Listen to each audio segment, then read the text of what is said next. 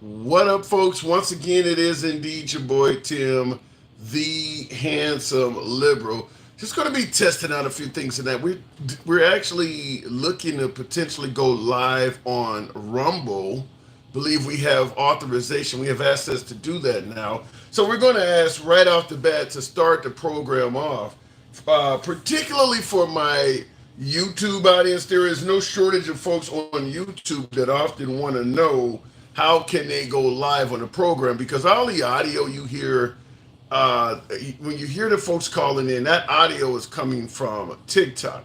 So for folks who often wonder, can you go live on the program, or how do you go live on the program, it's coming from TikTok. So I will tell you folks, and by the way, I don't see what the numbers are like on TikTok. We may have to start the live on TikTok over with, but I want to tell you folks on YouTube, the handsome liberal on Rumble is where we're going to start having, potentially having some access for my TikTok, for viewers who want to call in. We're going to start having it where you can call in on Rumble. I'm looking to. I may have to restart the TikTok live because I don't see the numbers, or something may be wrong with it. But we're going to be following up what we discussed earlier, because it's kind of a different audience at night, and I wanted to entertain some more of this topic, but the nature of being an employed American did not allow me to do that. I had to get back to my job. So we're going to be talking about the notion that Kamala Harris has no policies. Why won't she do interviews? That's what we're asking. Anyone keep free. I'm going to reset the TikTok live. I see there may be some issues. I'll reset it and come back for you folks on TikTok. Okay. But on YouTube, we're going to be trying to do it on Rumble. So I'm going to ask you folks on YouTube, if you will, the handsome liberal on Rumble. I'm asking that you subscribe to the page. It's the same page as it is here, but you will be able to go live, because I get a lot of folks on YouTube that want to know how can you get on live. So that's what we're going to do. All right, so we're asking, why doesn't Kamala Harris do interviews? Is it because she may be afraid of the tough questions? That's what we're going to be talking about. Make no mistake about it, regardless of how you feel about President Trump, he does go before the cameras. He does take questions. Now, many of his answers are indeed controversial. He gets criticized all the time. But nevertheless, no matter what they say about Trump, he gets back up and takes more questions. Kamala Harris has yet to do a single interview. Not only has she not done an interview, she doesn't have any schedule. So why do you think Kamala Harris is, to some degree, dodging the cameras? Is she afraid to actually take the tough questions? Look it in the comments real quick. Someone said, "You're a liberal, but support the right." How about being a moderate? Is it possible you could be a moderate and don't believe that everything the right says should be demonized? I don't listen. At the end of the day, I believe there is good and bad on both sides of the aisle. So I'm not here to pretend like everything the liberal says is great or everything the right says is bad. I don't. I just never have been the one to operate that way. Let me know on TikTok. Once again, I don't see any numbers on TikTok. So if anything, I may have to reset the entire device on the TikTok side of the aisle, because I'm not seeing any numbers, anything that is really going to help me out. What up, Tim? I see you're back on again. So for you folks on TikTok, bear with me. It's going to take about a minute. I got to reset the whole device. I don't know what's going on with the TikTok side of the aisle. So we'll reset TikTok and be back on in a minute. Can you bring me up? I want to talk. Red Duck, I'd be delighted to speak with you. Now, like I said, on YouTube, I don't have a way to bring up folks in terms of one-on-one conversation and audio. That's why all of the audio you hear is coming from TikTok. Nevertheless, I do try to answer as many questions as I can from YouTube. Obviously, not to be trying to implement a grift. Certainly don't want to come across as having my hands out. But if you do any super chat, I don't care if it's 99 cents, it will make your comment stand out in color. So if any super chat, I'm going to certainly respond to that in detail. So that will help it out. I know a lot of you folks are like, the hell, I'm not, donating or giving anything to the program. And I do try to read the comments of folks who do not donate at all. I'm just simply saying that any type of super chat, it highlights and it colors your comments, so you're going to get certainly far more of a response than somebody who doesn't. He can't see comments. Makes sense, says Murder Johnson. Well, for some strange reason, your shit got read. Okay, so even though my eyesight is bad, as you're putting it, for some reason, for some weird ass reason, it cleared up when you typed your comment. Murder Johnson. By the way, love the name. Is Trump more liberal than Kamala? Your thoughts? Trump is a populist. I don't want to suggest that Trump is not a liberal by any means at this point. So there's no way I'm gonna ever say Trump is more liberal than Kamala Harris. The answer to that is a resounding no. I don't believe that Trump is more liberal than Kamala Harris. No, I do not. That's the answer to that. But Trump is a populist. I do believe strongly that Trump is favoring a direction for America or implementing policies when he's in power, legislation that may not be how he truly feels, but if it gets him the support, he'll go with it. I do believe Trump is big on loyalty, big on rewarding loyalty, and if you're for Trump and you help Trump get reelected, yeah, I can see Trump doing things that may favor you that he normally might have not done, may have not did, may not be even be in favor of it, but he believes in loyalty. So he's a populist. I think I don't really see Trump as a liberal for certain, but not even necessarily as a true blue conservative. He's more of a populist. Thank you for the subscription on Rumble. OG do.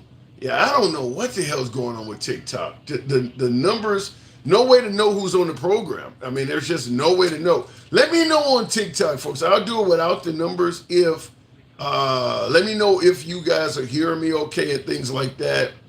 I have no clue if something's going on with the TikTok app, but let me know in the comments if you can hear, if everything's going well. I'll give them a second. Continue on with the program. I'm able to, yes, it seems good, or yeah, we can hear you. Okay, I don't know why the numbers are not being displayed, but I'm asking that question. Why is Kamala Harris not doing interviews? Is she dodging the cameras? Is she afraid that her answers may get her in trouble? Why is she simply avoiding the cameras? Like I said, she's not only not giving interviews, she has none scheduled. She has no interview scheduled at all. So that is something to question. So to get the program going, you know how we run. We are MAGA friendly. We don't block, ban, or censor anyone. Okay, the numbers did pop up. I don't know why they're so damn low, but we'll see what happens. We don't block, ban, or censor anyone for their commentary. We have always been, since day one, MAGA friendly. Always have been, always will be. Nevertheless, liberals are welcome on the program. Jocelyn Noongray was tortured and killed by Kamala and her administration. How can anyone vote for her? Because I think 99.99999% of voters don't know what you're talking about. Period. I've never heard of Kamala Harris being responsible for murder and torture. That's why people are voting for her. They don't know what the hell you're talking about. Who cares what he's doing? Or better yet, who cares what he's doing? She don't stand a chance. You think that Kamala Harris doesn't stand a chance based on what information? I'm not here to pretend like Kamala Harris is going to run away with it, but the idea that she doesn't stand a chance, what are you basing that on? She absolutely stands a chance. And by the way, her chance is better than President Biden's. Community Daddy, that's a hell of a name. Let me see if I can bring up this guest. Community Daddy, good evening. Long time. I was trying to get on your show a little earlier. Okay. When you said about the president, why don't you think we go to war with different countries with Trump? Okay. Okay, you remember what I'm talking about, right? Yes, I do. Okay, this is my point of view, and it might be a little different because you're a Trump supporter. Let me hear your opinion. Okay, I'm opinion to say is Trump is a pushover. He's easy to give in.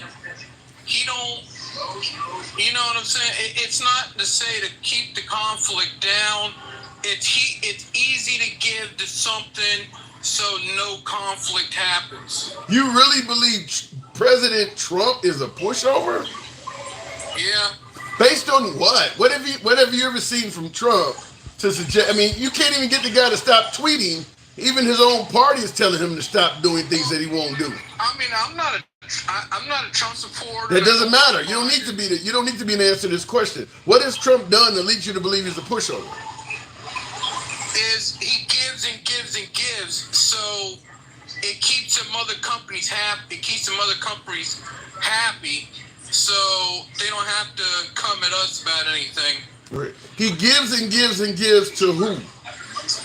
To like China and and the other countries that would attack us. All of the negative things Trump was saying about China, particularly during the pandemic, what makes you think he's giving things to China? Can I open your eyes about a little something here? You're an older man, and I'm not saying I'm as young as you. Don't worry about that. Open my eyes. I want to be open. Do you know anything about like where the money? Do you know like where when they borrow money that put like the deficit money? This is what I'm saying. Do you know where the deficit money comes from? Well, some are going to say we owe a ton of money to China. You're on the right track, but we owe the deficit money just don't come from China. It comes from other countries. Okay, but that's not cueing me in on what you said about Trump giving everything to China. I'm not hearing that. And what I'm saying is, what I also want to say is, I don't know if you know anything about being like,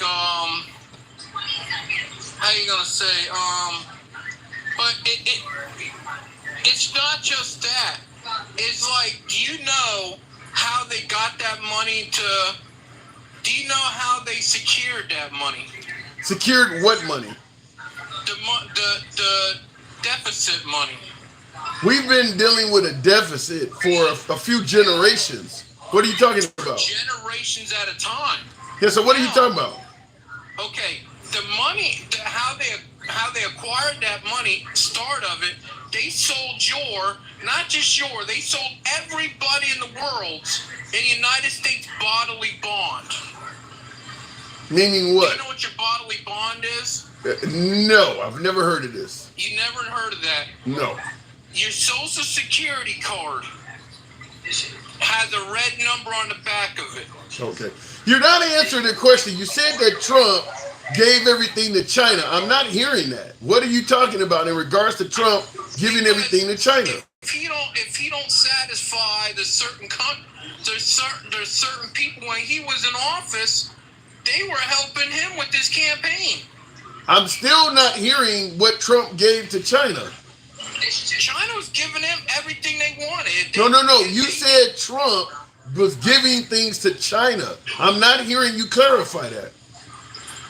Trump was keeping countries with happiness of the stuff he was giving them. What was he giving them? Pretty much anything that they pretty much came to the meeting and said they needed. Give me an example of something they needed. Did you ever see us going to war with China and Pakistan and all that? Okay, we didn't go to war with. That's still not telling me what did we give them. He was giving them what they needed to keep base, so they didn't. You're giving me very general terms. Give me something that was given to China. Name something, an actual thing. Money. Really? How much? Oh, I can't tell you. I can't tell you quite exact figure, but he was giving them money. And what are you basing this on? Where'd you get your information from? Where'd I get it from? Yeah. Do you honestly think when he goes over there and have these meetings with China and Kim and all them, you don't think he's not giving them anything? No, I do not. I haven't heard anyone, even the liberals, even the folks that do not like Trump, are not accusing him of giving China cash. Where are you getting this from? Well, he's giving them something. Is that how you feel, or do you have facts? That's really how I feel. Okay, all right, and you're entitled to. Honestly, can I? This is gonna send a thing right down your alley. You're an African American man. I'm not saying that to be a racist or anything. No. Kamala Harris is categorizing herself as an African American woman. Follow me? She said she's black. She didn't say she was African American. Well, black, African American. Okay. Would you like to see? This is a question for you. Sure. Would you like to see her make national history? National history doing what? Is she a serial killer? How does she make national history? As the first African American president, and the second being the first African American. She's not African American. She's not even claiming that. Well, she's saying she is. She's saying. Wait. You're attributing things to her that are not true. She said she is black. She didn't say she was African American. Well, you're right. So would the correct terminology for a black person, they call them African Americans? No. If she's saying that's not true. You're saying she's not African American, she's just black. Yes. Okay, explain the terminology to that?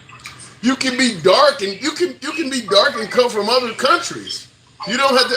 I mean, obviously, Kamala Harris. If you trace her ancestry back, it goes beyond Jamaica because Jamaicans are part of the slave trade. But you can be Jamaican and you're black. You're not. You could be from Trinidad and be considered black. You could be from Haiti and be considered black, and nobody would call you African American. Yeah, you're right. But in a lot of people's eyes, in a lot of people's eyes, if you're black, you're just African American because it don't say on the application now. So it says white. It says black. Yeah. It don't say white. It don't say black. It says other, and it says African American. So what's the now she's running for president of the United States. What is the purpose of what you're talking about? You're talking about whether she's black or African American. What is the saying, would you want to see her make national history? If she is a worthy candidate, I don't see a problem with it. Where are you getting at? I mean, I just want to see somebody make national history. I want to see Hillary Clinton beat him out. I just want to see a woman president. Okay, you do realize Hillary Clinton. You do realize Hillary Clinton is no longer running for president, right? When she ran against Trump, okay. I want to see her beat Trump out. Okay, so is it safe to assume you do not like Trump? I'm not saying I don't like Trump. I don't like Sleepy, and I don't like her. But I just want to see a woman president. So you don't like Biden, Kamala, or Trump? I'm not saying I don't like Kamala Harris. It's some of the stuff that is not really intriguing me. But I just want to see what she would do if she got in there. She can't run it no worse than anybody else. All right, so before I let you go, so what do you think of Trump? He was president for 4 years. How did he do? Trump's a businessman. I'm not gonna take that. That's not answering the question. Businessman. That's not answering the question. How did he do? I don't care what he was. Did he do a good job? Would he do a good job? No. Yeah. No, he was president already for 4 years. Did he do a good job? Yes. Okay. But I don't think the White House is a spot for him. Really? Okay. All right, I gotta move it on, man. This has been an interesting call. Appreciate you coming on. All right, moving the program on. By the way, folks, tap the screen. I think TikTok is obviously working. Sometimes it takes a little bit to get to the gist of things with callers. That was certainly equivalent to pulling teeth, but we did find out he's MAGA. I would say it's safe to assume my last caller was MAGA. Was a little bit difficult to get to that. No problem with being MAGA, but everybody is not always quick to admit it. Tap the screen. Somebody said weird. Okay, tap the screen, get the likes up to about 20,000. Smaller audience tonight, about 500 of you folks in here on YouTube. If it comes down to Kamala and Trump, I'm boring Trump. I'm assuming you said I'm voting Trump because at least I know he'll do a better job, says Mari Vega.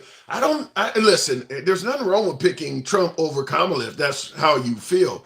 But there's no way to know for certain that Trump would do a better job against Kamala. I mean, you favor right-wing policies over left. I get that, but there's no way to know. I mean, we've never been in war with Kamala. We've never had a recession where Kamala was at the helm making decisions. A large portion of Kamala Harris, the way she would act is unknown because she's never been at the helm. So you may be right. Maybe Trump would be a better president than Kamala, but there's no way to know for sure.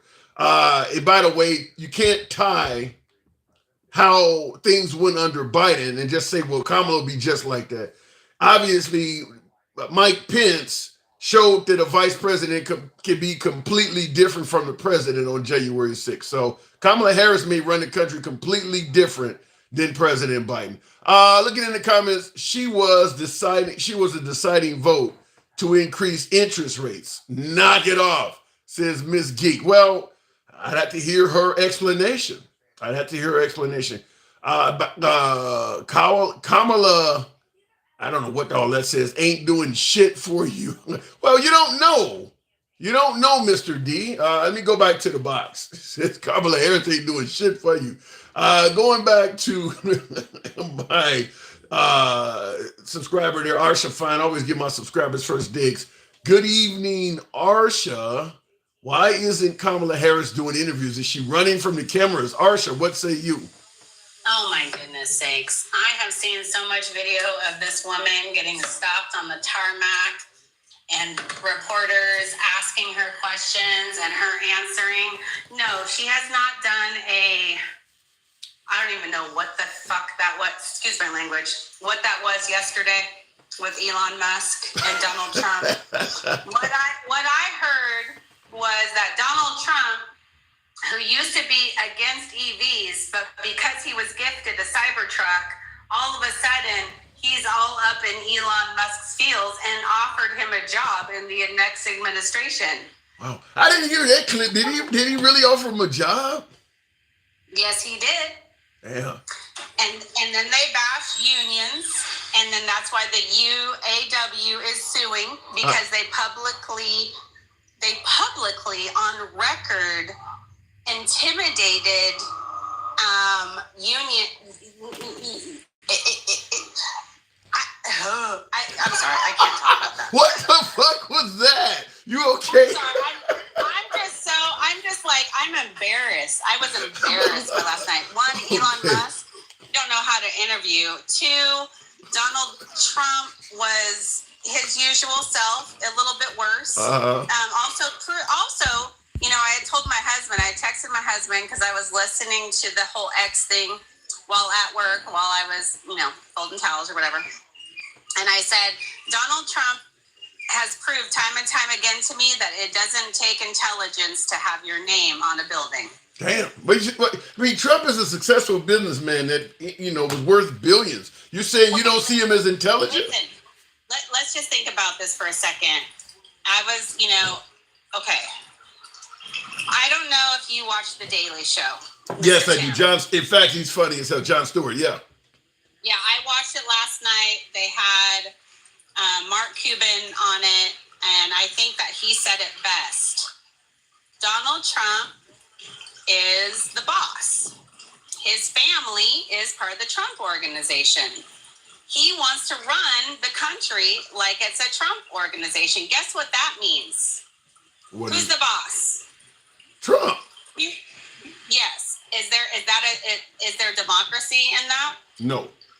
Not Exactly. not in the way he runs his family. It's either his way or the highway. So you're basically and Mark Cuban, from having, Mark Cuban is a billionaire, but he is a man of the people. He actually, he's one of the most popular billionaires on the planet. Because Trump. Wait a minute. Trump is more popular than Mark Cuban. No, hold on. He's one of the most. Sorry, let me rephrase. He's one of the most well-loved billionaires by progressives. Okay. Mark Cuban.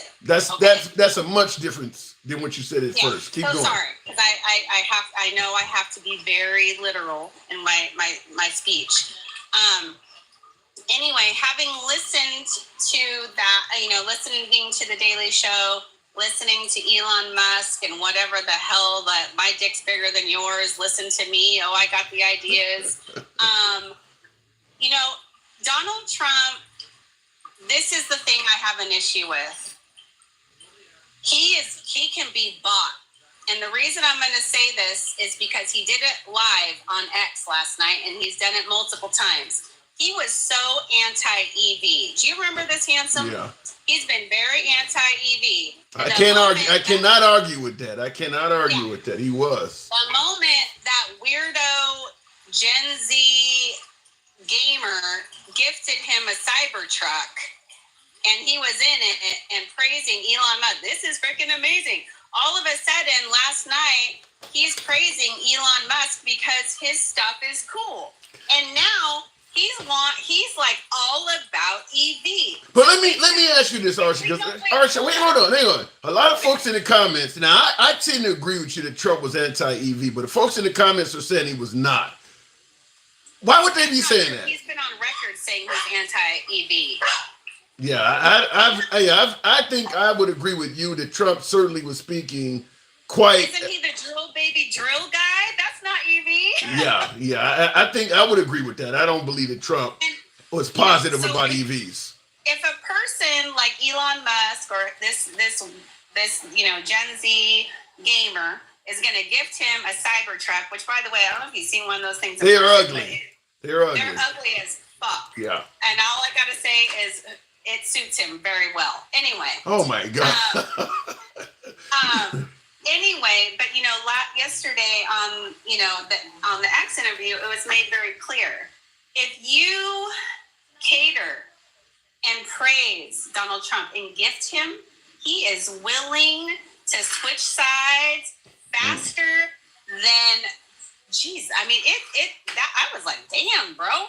Like, you went from all it took was a Cybertruck. It wasn't. No. Elon Musk is donating quite a bit of money to Trump's campaign. There were rumors at first that have been corrected, but there were rumors he was giving them as much as $45 million a month. Elon is donating millions to Trump's campaign. It goes way beyond that damn truck. Listen, it wasn't until he got that truck a week ago that he started praising. I mean, full-throated. I don't even know what the hell that means when he was like, Elon Musk has full-throated being on, like, really, Donald? That's all it takes? I don't know. Are you saying that Elon Musk may have given him a little bit of hot tour? What I'm saying is, if he gets a great gift from people, he's willing to turn his morals and values.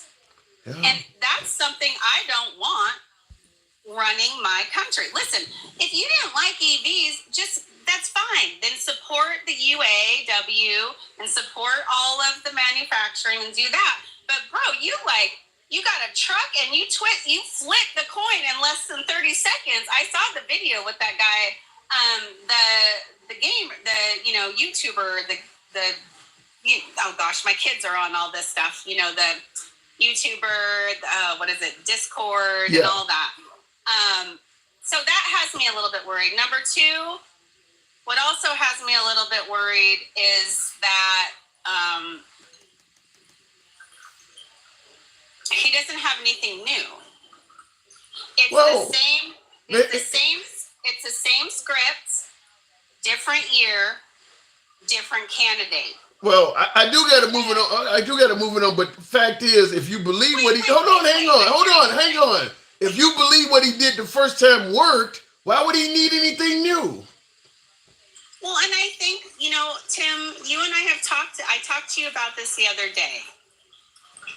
He feeds the fear of the they and the them and the hellfire and the brimstone, and he makes America seem like we're just in a shithole. I'm sorry, I live here. It's not a shithole. My kids go to a great school. I have groceries in my fridge. I pump my gas. I have a job. I see everywhere here in Hawaii where you can get a job starting at $20 an hour. They can't find enough people to work because they've had an exodus because of the cost of living. But, America, people are fleeing war-torn countries where they have no jobs. And he makes it seem like we're one of those places, and we're not. Yeah. He sucks the soul out of any happiness or joy. And I think what we're experiencing as a country, if you're open to it, is the joy that Kamala and Walz bring. Wow. For the first time, I was depressed, bro. I was going to vote for Biden because Trump's not my, anyway, but but finally we have, momentum, youth, joy, excitement, freaking. Well, we're gonna need a country being properly ran in addition to that excitement. But Arsha, I do gotta move it on. Hold on. Really quick. Go ahead. She's gonna do great. We'll see.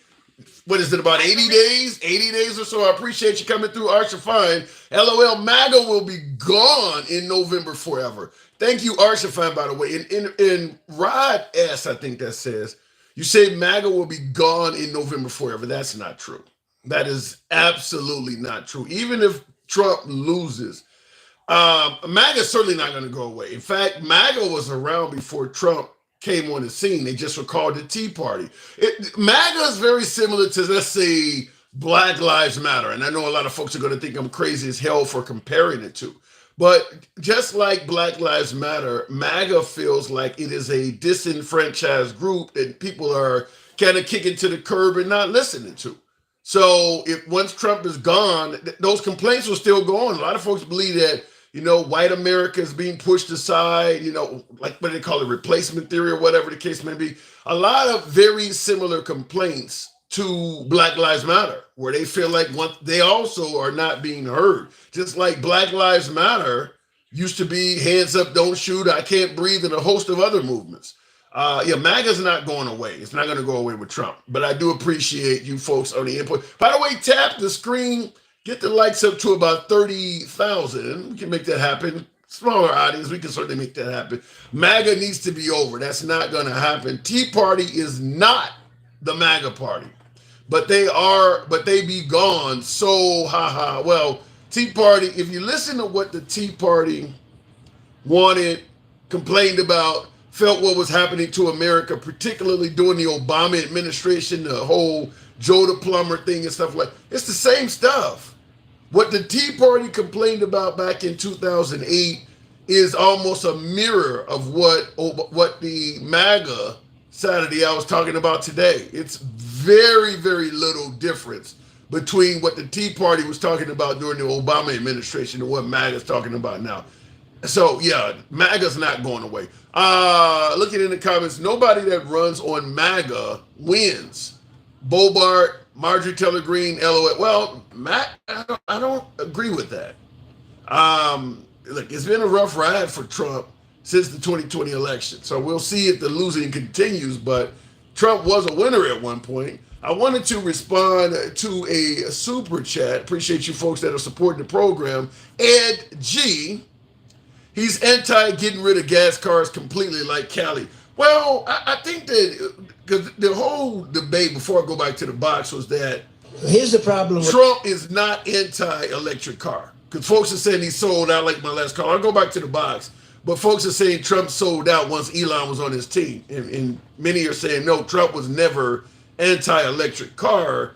He was just against the mandates and forcing everybody to get one. Let me play a quick clip. This is a bit new to me. We'll listen to it for a minute or so, and then I'll go back to taking folks from the box. with an electric car. They don't go far. Very simple. Somebody would say, I wish I could make it more complex. Like, here's the problem. They don't go far. They cost a fortune. They want to make army tanks all electric. Do you believe we have the greatest tanks in the world? So you're in the middle of the desert, you say, you know, we're running low on electric. Do they have a charger around anybody? They're charging? Now, like I said, I'm just hearing this for the first time, but these comments do sound like he's not favorable to electric vehicles. This doesn't sound like he's just complaining about the mandates. He's making complaints about the technology itself. I'm trying to see where I want to hear him. I don't want to see them. I wish I could make it more complex. Like, here's the problem. They don't go far. They cost a fortune. But they don't go far. So unless you want to go to the local store or something, you're not going to buy it. If you say, let's take a trip to, let's see, what's a nice place around? Let's go to Ohio. Let's say, you know, let's go down to Florida. No, you'd have to make 30 stops, right? You don't want to go to Florida. Too many stops.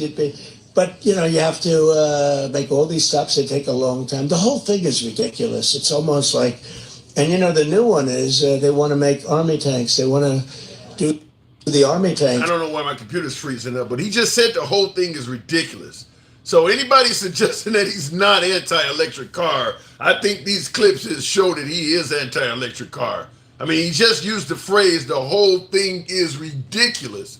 How much more against electric? So yeah, I hadn't heard this before. I'm hearing it for the first time with you folks, but yeah, and somebody say you didn't play the whole thing. Why is it let me go back to the box, but why is it everything Trump says, you have to hear the entire, like 30, 40-minute speech?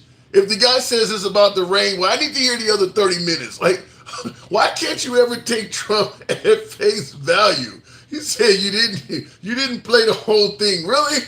You know about that. They want to make army tanks all electric. Do you believe we have the greatest tanks in the world?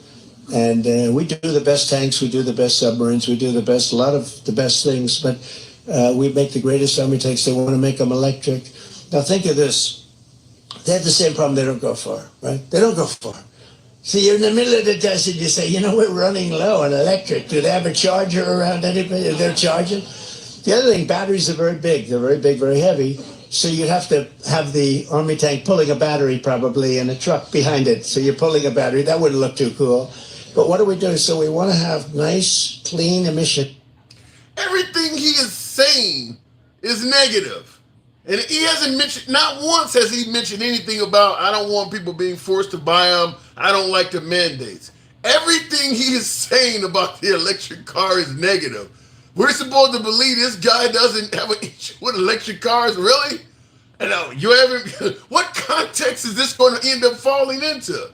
You can literally hear the audience laughing behind him. He's making jokes. He's bashing in cars. Wow. You guys are still going to suggest he's not hating on electric cars. All right. I don't know what to say. I like to play a little bit more of it. My computer's, that's why he's freezing out. Maybe I'm having some issues with the internet. I'll play a few seconds of it. Trump never said no EVs. He just doesn't want drastic change. Oil brings money, jobs, and kills inflation. If we don't produce, we have to buy and take with war in the Middle East. Shadow Demon, I love the name. Wow. Shadow Demon, thank you for the super chat and the support. You said Trump never said no to EVs. No, he's not saying no to EVs, but he's ridiculing the shit out of them. He's talking about the batteries don't look cool. He's talking about they don't have range. He's making fun of you might need a charger out in the desert. He's really ragging the shit on these cars. You don't see that? I mean, you're not hearing what's being played here? May 2024, Biden signed a 100% tariff on EVs made in China. He also placed a 25% tariff on Chinese-made batteries for electric vehicles. Well, depending on who you ask, that could be viewed as good and bad. Let me see if I can get this to play. So that the country that we're blowing to hell is not hurt environmentally. No, it's the same thing with planes. They want jet fighters. They want you to use a certain type of biofuel and it's a fuel that is 15% less efficient for the plane. Okay. So think of it. You're a pilot. You got this really. Okay, I'm gonna stop it there because now you're talking about aircraft and something else. But not one thing positive did he say about electric vehicles, and he never mentioned, I don't want everybody to be forced to buy an electric vehicle because of the mandates in California. It was all negatives simply about the technology itself. So yeah, when folks say that he is not anti-electric vehicle, I don't think they've heard this video because I hadn't heard it. But everything he said there was negative. Why do people hate liberals? And who are they? Says ABK Wick. Why do people hate liberals? They don't like what they stand for. Same reason why a lot of people hate MAGA, hate Republicans. They have a different mindset and they don't like what they stand for. Appreciate the super chat. Going back to the box, tap the screen, folks. We'll continue the program on. Trump doesn't have an issue with, doesn't hate electric vehicles. That's the first I've ever heard of that. Bully. How can I argue with a name like that? Good evening, Bully. Trump is a must this election. Concern is we need 2 terms for his policy. Bully, say that again. Yes, sir. Your background's loud. You got a TV on or something? Yeah, that's TV. I can't hear anything but that. I hear nothing but that TV. How's that? Much better. What were you saying? Okay. Well, I want to comment about what the lady said about the UAW, first of all. Wait, UAW? The union. Yeah, the union. What about it? Yeah. The decision to back Harris and Walz or whatever was made by the upper echelon of the union. If you take a vote of the guys in the union, okay, they won't go for that because what's going to happen is that they're pushing the EV stuff. And basically what's going to happen is Detroit's going to be gone.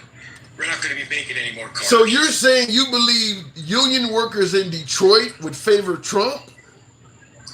Yes, sir. I don't, maybe you're right, but I don't buy that. I mean, I was in the union twice in my life. And the Republican Party is kind of for the disbanding of unions. They're not even pro-union at all. It would be very surprising. I'd have to sit down and ask them. You know, I get having issues with Kamala Harris. She is no superwoman. I get that. But the Republican Party is not, I mean, in the South, in Republican states, there's virtually no unions at all. Well, you know, go ahead. The Democratic Party of the old time is the Republican Party today. Okay? I'm older than you guys. I've been around a long time. Retired firefighter and a union guy all my life. Thank you. And if you talk to union members, they don't like the policies that Joe Biden put across, and they're thinking that Kamala Harris is going to say the same thing. Now I know she's backtracking on a lot of stuff, and I don't like that. Okay, and you know, I just think that whole UAW thing, those guys got butthurt by Elon, and that's all it was. Yeah.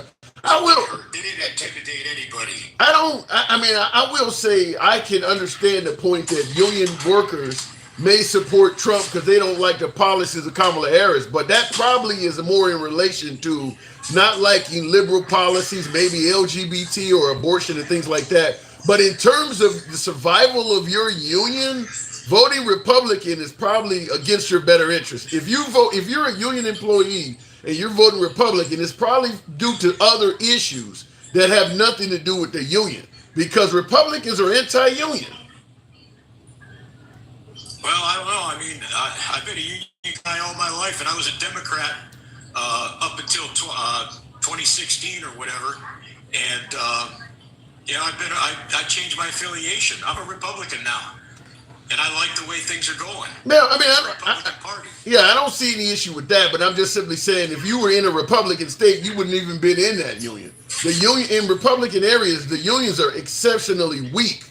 Now, like I said, you may like the Republican Party for a lot of right-wing policies that you favored. Nothing wrong with that. But in terms of the survival of your union, it makes no sense to vote Republican. And now, for right-wing policies, like I said, LGBT, abortion, the way the country is ran in other avenues, I can totally understand. But if your main concern is your union, it makes no sense to vote Republican. Well, I know this is the first time in a long time that the International Association of Firefighters is not backing anybody. And last election, they backed Biden, and basically it got hosed by Biden. Wow. Wow. And here's the thing. Here's the thing you got to understand too. During maybe last year or something, Biden's administration was trying to get into everybody's pension fund. They were trying to get into the 401ks. They were trying to get into the state pension funds. And I'm a retiree from Ohio, and our pension fund is a private, and we just told them they'd pound salt and get away from us. So there's a lot of stuff going on that people don't really understand. I don't, like I said, I'm not disagreeing with you that there may be other issues. I'm just simply saying that if the Republicans had their way, most unions would be disbanded. Therefore, right to work. They're not pro-union. Well, I mean, I can't disagree with you there. I mean, I moved from Ohio to Florida, and Florida's a right to work state. Yeah. But I call it a right to get fired state. Yeah, and I did the same thing. I've lived in Chicago. I moved down to Dallas. I've been a telecom engineer a large portion of my life, and I worked for AT&T in Chicago with the International Brotherhood of Electrical Workers. Then I moved out of Chicago and did the same thing with SBC, Southwestern Bell Communication, with no union, and the pay was about 30% less for doing the same job. Yeah, I know it's a little bit, it's tough down here. I mean, it really is. The cost of living's gone out of this world, and everything. But, I just wanted to jump in about the union stuff because although I'm retired, I'm still a union guy. And I just think that the upper brass of the unions are making decisions that the body doesn't really want. Yeah. Okay. Well, I can understand that, but one thing I know the lower body wants is their union to remain intact. I'm sure they want that. Yeah. Oh yeah, I agree. Yeah. But if you listen to Trump does back the auto workers. And if you remember back when Biden was running, you remember that little incident in Cleveland, Ohio, when he was at the auto the manufacturing plant there in Cleveland, that the guy confronted Biden and said, "You work for me," and Biden says, "Bullshit. I don't work for you." I remember Biden saying bullshit, but I don't remember what the guy. I do remember them having that close quarters conversation, but I'd have to look back up what was exchanged. I do remember that though. Yeah. Well, listen, I want to say one more thing too. Sure. If people are really considering voting for Harris and Walz, please do your homework. Okay, do your homework. Well, you don't think there's any legitimate reason at all to vote for them? No, I really don't. I really don't think there's. First of all, her picking Tim Walz was like he wasn't even vetted properly. There's more stuff coming out on this guy. He is dirt. But wait a minute, hold on. Let's tackle your statement that there's no legitimate reason to vote for them. What about a woman's right to choose? What if you live in a right-wing state and you want a woman to have the right to choose? Is that not a legitimate reason to vote for them? Yeah, but I mean, Trump has said nothing about a woman's right to choose. No, what Trump said is he's going to return it to the states. So if the state comes up with an anti-abortion policy that's draconian, Trump has already made it clear he's going to let them do it. Yeah, but I mean, if the federal government said, okay, here's the mandate, you will not have an abortion after 12 weeks, what's the difference? They haven't done that. That's the difference. That's what I'm saying. If you give the state the power just to say, hey, listen, let's put a time limit on this thing, either 12 weeks or 16 weeks. No. They're saying damn near at conception, bully. Some of them are saying the minute you hear a heartbeat, they're not talking 12 and 16 weeks. They're talking immediately.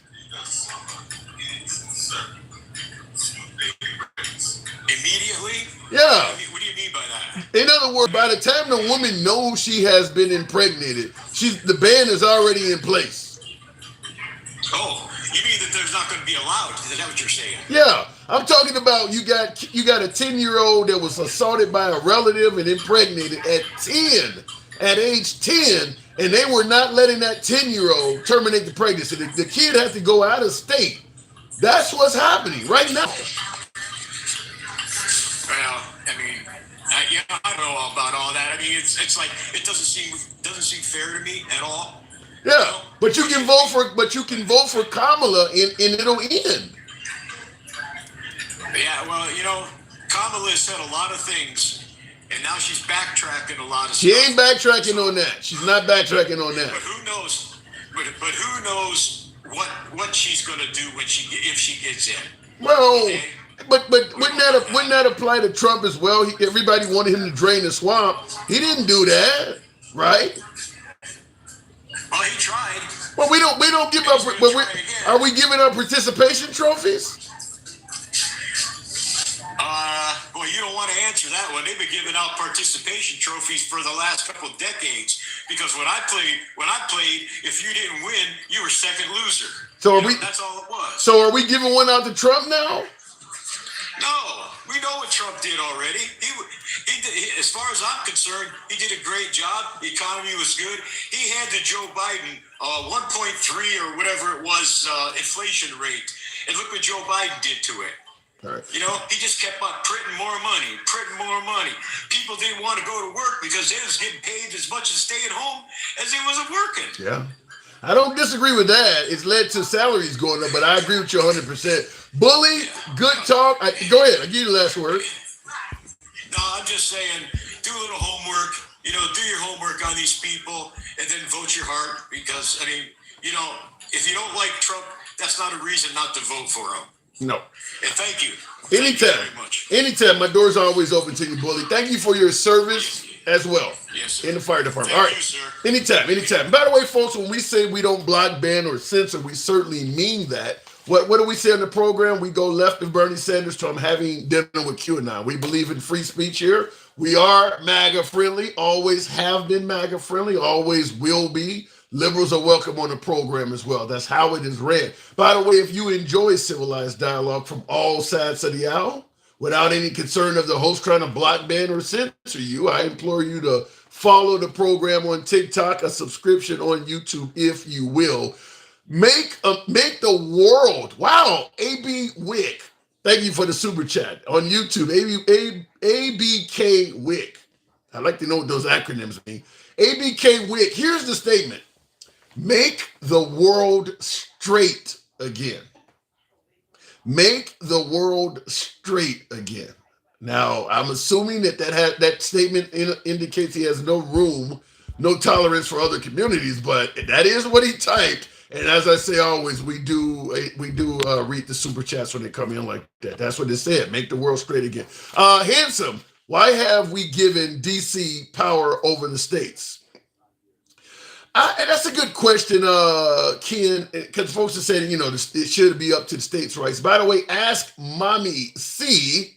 Appreciate that subscription. Thank you, Mommy. Appreciate that. Always show your boy some love. Thank you.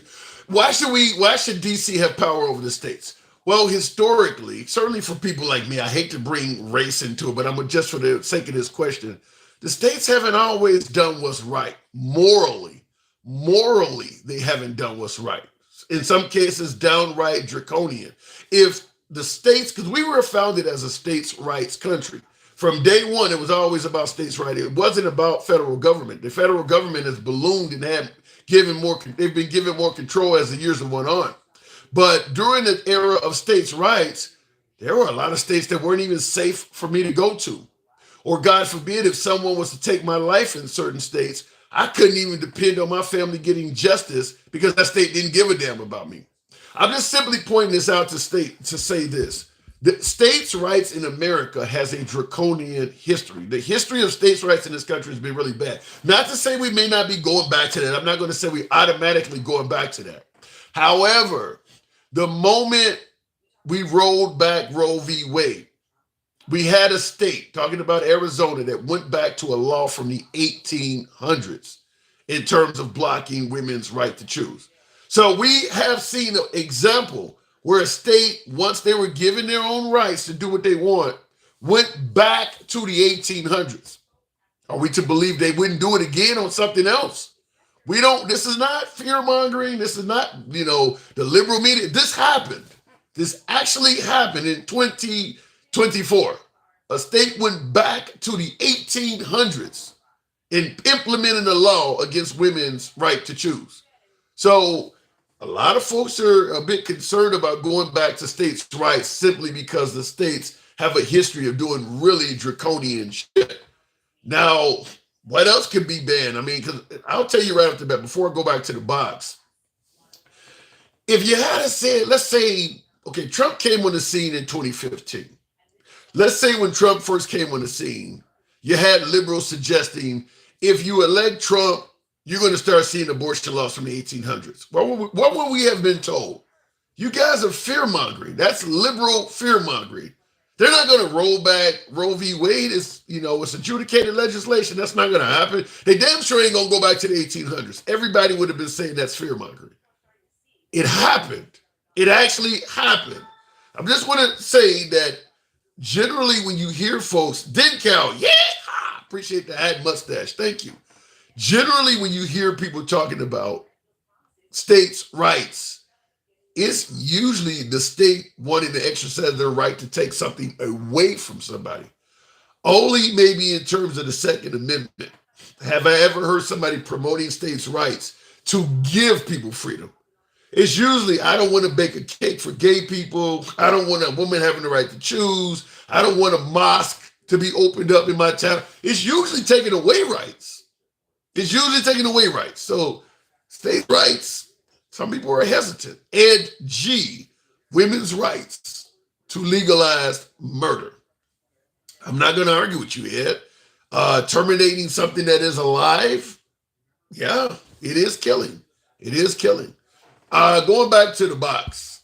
Now we can debate whether it's an actual child or not, but you are taking something that is alive and rendering it not so.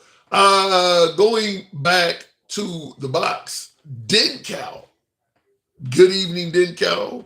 Welcome to the program again. Good to have you back on, Dencal. Constitution says a fetus isn't granted rights until birth. True. That is true. Dencal. Good evening. Yes. So, I mean, you heard what, now, is there any legitimate reason to vote for Kamala Harris? You heard my last guest. Yes, I mean, there's plenty of reasons. I mean, I think that's a disingenuous argument to say there's no reason to vote for either one. Yeah. And, I vehemently disagree with you on a lot of issues concerning being able to vote for Trump and why you should.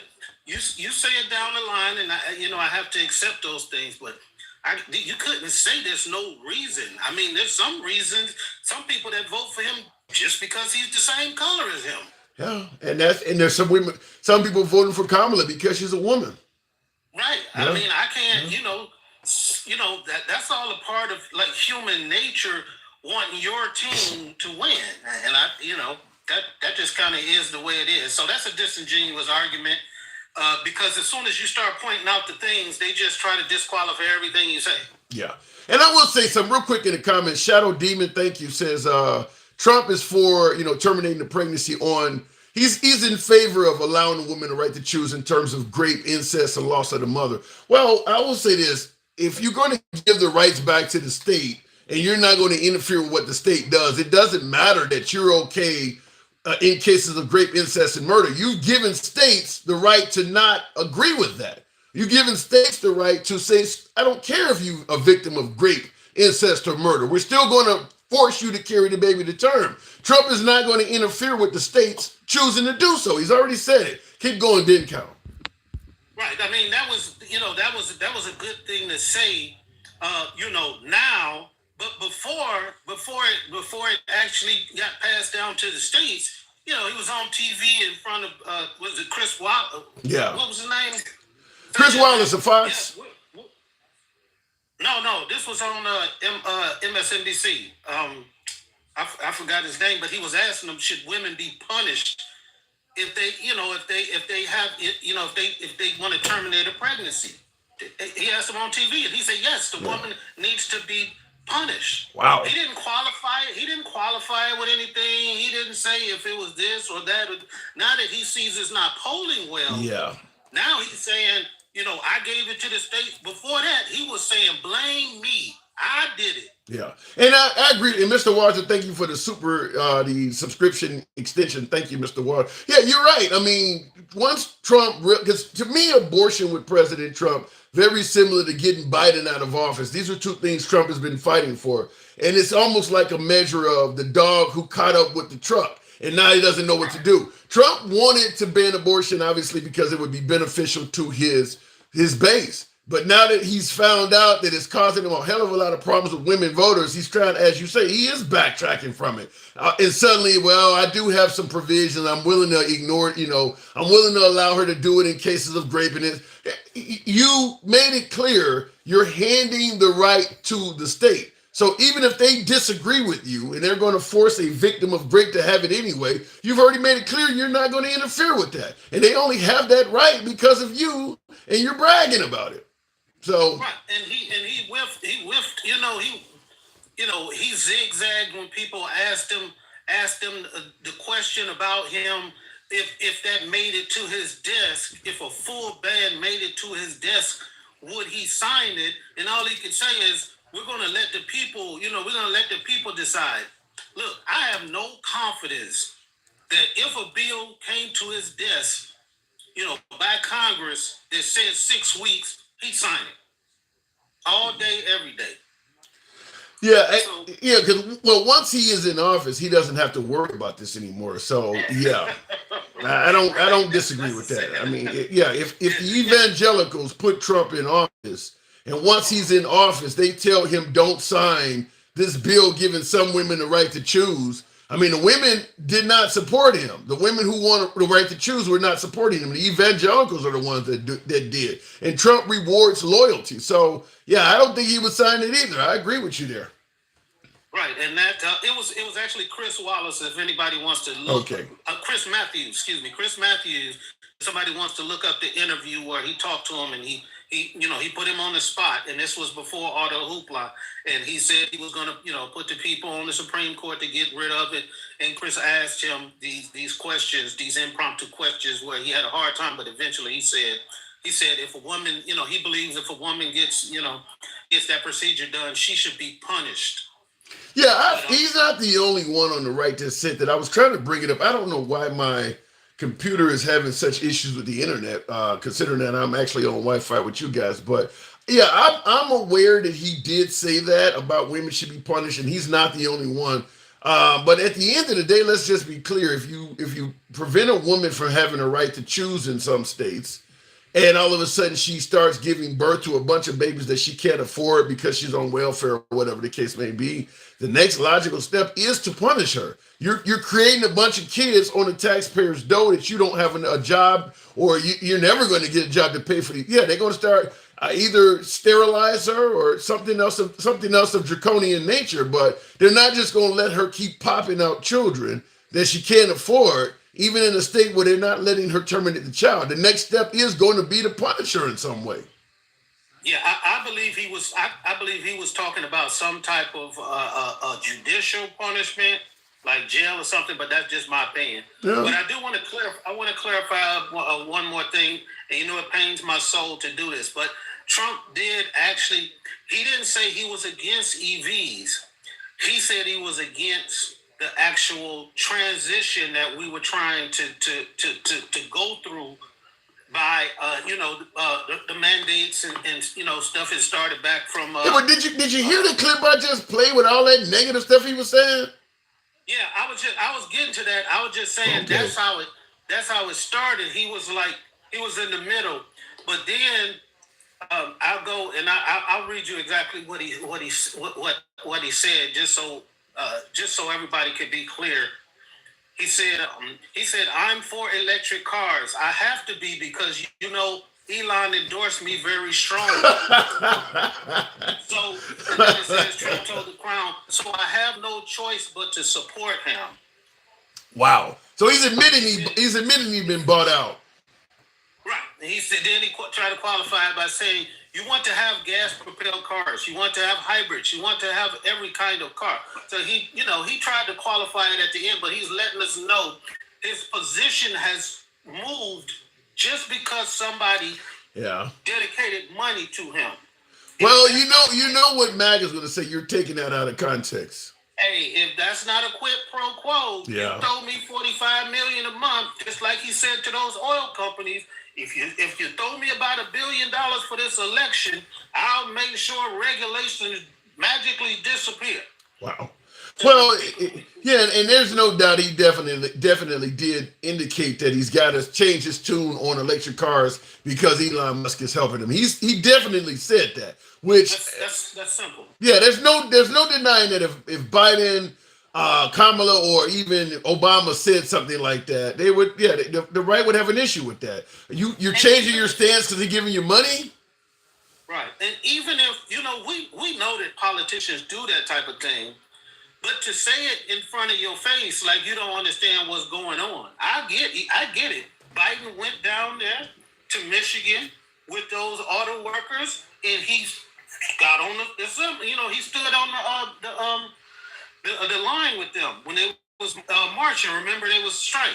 The first American president ever to attend a. But do you feel more confident in terms of people changing their position? Do you feel any more confident voting for Kamala? Because like Ask Mommy C in the comments says, show me a time when Kamala chameleon Tua Harris hasn't changed her position. Oh wait, there it was 7 times today. Is Kamala Harris known for constantly changing her position? No. She's only had a couple small opportunities to be able to express her opinion. She was out of the primary so early. We never really got to hear a lot from her. We got to hear about what she said about Joe Biden, and she had a back and forth with Tulsi Gabbard. And other than that, we didn't get a chance to hear. So for somebody to say, she's always flip-flopping is really ignoring the fact that we know that Trump has flip-flopped from every single policy position he's ever had. He was a Democrat all his life. Everything he stood for. And if people don't understand it, after he's talking about he met Kamala Harris and he was on a helicopter with her ex-boyfriend or whatever. If you look, which I do a little bit of research, since that point, he has donated thousands and thousands of dollars to Kamala Harris when she was running for Attorney General. So that doesn't make a lot of sense that he knew she was nobody and she thought she was dumb or whatever. But then he contributed to her. Kamala Harris. Trump didn't even really know her that well back then. Like, why would some dude on a helicopter just start telling during the point where you're about to crash? Why would he start reciting things about Kamala Harris to you? That doesn't make any sense. Even if he was on the helicopter with Willie Brown, in the moment of this, this hazardous situation, we gonna start talking about my ex. That don't make a lot of sense. No. But what I tell you real quick what I told a friend of mine, because we were having this conversation about whether she was black or not. Really? I said, yeah. This is another friend of mine I grew up with, a little bit younger than me, but he was making little slick jokes on the internet. So I just told him, I said, she was black when she was growing up in Oakland. She was black when she went to HBCU. She was black when she joined a black sorority. She was the first black female district attorney in San Francisco. She was the first black female attorney general in California. Back when she was dating Willie Brown, a black man. Then after that, she started dating Montel Williams, another black man. Yeah. Then she was selected as the first black vice president after she got to be the first woman black person to get to Congress in California. So then she was a black person when he said out of his mouth, Joe Biden said, I'm selecting a black female. Not one person had a problem or said, no, she's Indian. Nobody. Yeah, I will just say this. I think the issue is with Kamala Harris being a vice president, and vice presidents don't really do a lot behind the president. So the reason that Willie Brown or the reason that her heritage, there's not a lot of material. That's why the right is begging for interviews so that they can have something to critique. There's just not a lot there. I mean, there's not, other than the border, there's not a lot of policies to protect. It would be just like attacking Mike Pence on what he did while vice president. I mean, there's not going to be much there. So unlike with Biden, the Trump administration they're kind of short on material. So the only thing left is stuff like that is kind of irrelevant if you really ask most folks. I mean, nobody cares about what her heritage is. Either she's going to suck or she's going to do a good job. And I know I mentioned suck in conjunction with Kamala Harris. You don't understand anything further. But yeah, I mean, it doesn't matter what her race is. I give you the last word. What about the commercials she's in when she's dancing, like literally in somebody's backyard at the barbecue? Yeah. But they say, and just one more quick thing I just want to add about the guy who was talking about the union, and everybody is down for the union or for Trump because of whatever thing he made up in his mind. The union literally sued him last night because he was talking about Elon Musk being a union buster. That's illegal. Yeah, but what the fireman that was on the program, what he was saying is that the workers in the union would favor Trump. That is the head of the union that is suing Trump. He's saying that if you actually talk to the union members, they wouldn't want that. They would favor Trump. No, what I'm basically saying is, why would you support someone who comes on X or whatever and tells everybody he is down with a union buster? Elon Musk, he said, look, you the man, you be cutting them, you be making sure when they try to form a union under you, you tell them you're fired. Like, he said that. Yeah. I don't have an answer for that. And that's what I told the caller. I'm like, if you voting for Trump as a union employee, maybe, like I said, maybe it's a woman's right to choose, maybe it's Christianity, maybe it's the LGBT stuff or something like that. But if your sole purpose of voting is the strength of your union, it would make no sense to vote Republican at all. You would be voting Democrat. And then why would you turn around at the end and say, look, I've been a Democrat all my life. But 2016, that ain't had nothing to do with unions or nothing. We know why he switched in 2016. I'll leave it at that. All right. Appreciate you coming through, Dencal, as always. Thank you very much. All right, moving on with the program. For you folks that are seeing the monitor behind me, my computer decided to do updates in the middle of the live, so I don't know how long that's going to take with my Wi-Fi being the way it is, but we'll see. But the program is being ran off Wi-Fi, so I don't know what the hell's going on. Maybe I got a what is this, an HP? No, it's an Asus. Maybe this Asus needs to be trashed. All right, looking in the comments, Democrats doesn't mean left wing and Republican doesn't mean right wing. Ask mommy. Generally, it does. I mean, you're going to tell me Democrat doesn't? In 2024, now let's say during the end of slavery, for instance, when the Democratic Party was pro-slavery, yeah, then it didn't mean left and right wing. But now in 2024, yeah, the Democratic Party generally leans left and the Republican Party generally leans right. So I got to disagree with you a little bit on that. Dude woke up in 2016. That's why he switched, says Chris Show. Democratic Party has changed a lot since then. Yeah, it's totally changed. See emotional and uninformed. All right, Angie. Let me look in the comments on YouTube. By the way, folks, tap the screen. Get the likes on up to about 45,000. Smaller program tonight, no doubt. It helps out the program, brings in more MAGA, helps out the algorithm, all of that good stuff. So I will turn my light. I will ask you folks that if you could tap the screen. Give me a moment here. Now she loves fracking, defund the police. No defunding the police. She was the person who broke the tie on the infrastructure bill that tips tax.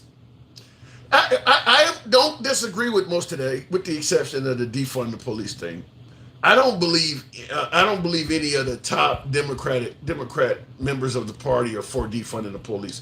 That was something that was coming predominantly out of Black Lives Matter and maybe the Squad. The overwhelming majority of the Democratic Party is not for defunding the police. That's something that's just been pinned on them. Like socialism. I don't think the overwhelming majority of the Democratic Party favors socialism either. It's just been pinned on them because it does work, by the way. It does work. Gen X, a woman's right to make sandwiches don't change. You are down with the sandwiches of Gen X. Gen X can always be dependent on to come up with some controversial shit. You think Harris is not going to do interviews? Laugh my ass off. Remember, it's been 2 weeks. No, it's been 3 weeks, Cruel. It's been over 3 weeks. 3 Sundays ago, as of last Sunday, is when Biden stepped down and Kamala Harris was the presumptive Democratic nominee. Not only has it been 3 weeks that Kamala Harris has not done an interview, by the way, 23 days if you really want to count it, 23 days she hasn't done an interview. Not only has it been that long, she don't even have an interview scheduled. So we don't know when she's going to do an interview. And I think that is worthy of bringing up. I mean, at the end of the day, if you're going to lead the country, I think the people have a right to ask, what are you all about? I mean, she is running for president of the United States. People have a right to ask, what are you going to do? She has no points or policies on her site, says Ask Mommy C. Yeah, but people are already attributing. You got folks saying she's defunding the police. You got folks saying she's for open borders. Folks saying she's far left. So the idea that she has no policies make no sense. You're already giving her policies. You're just giving her ones you don't like. Going back to the box, by the way, on YouTube, thank you folks for supporting the program. Smash that like button on YouTube. You enjoy open dialogue from all sides of the aisle without any concern of the host trying to block, ban, or censor your commentary. You're in the right place. We believe in free speech here. So follow the program if you're on TikTok and a subscription on YouTube, if you will. Like I said, smash that like button on TikTok for free speech. Real quick, I want to look at the comments before we go back to the box. She has done nothing in 3.5 years, says Rachel Parnell. Shout out to Rachel, one of my female Republicans. I always give a shout out to the female Republicans because everybody says the liberals are going to get the vote. There's a lot of female MAGA out there. But I will say, in regards to her not doing anything in 3.5 years, I'm going to say the same thing I say anytime I hear that she didn't do anything. What did Mike Pence do in 3.5 years? You know, what did Al Gore do in 3.5 years? They don't do much as vice president. I don't know why all of a sudden everybody expects a vice president under the Harris administration to do so much. Vice presidents don't do all of that.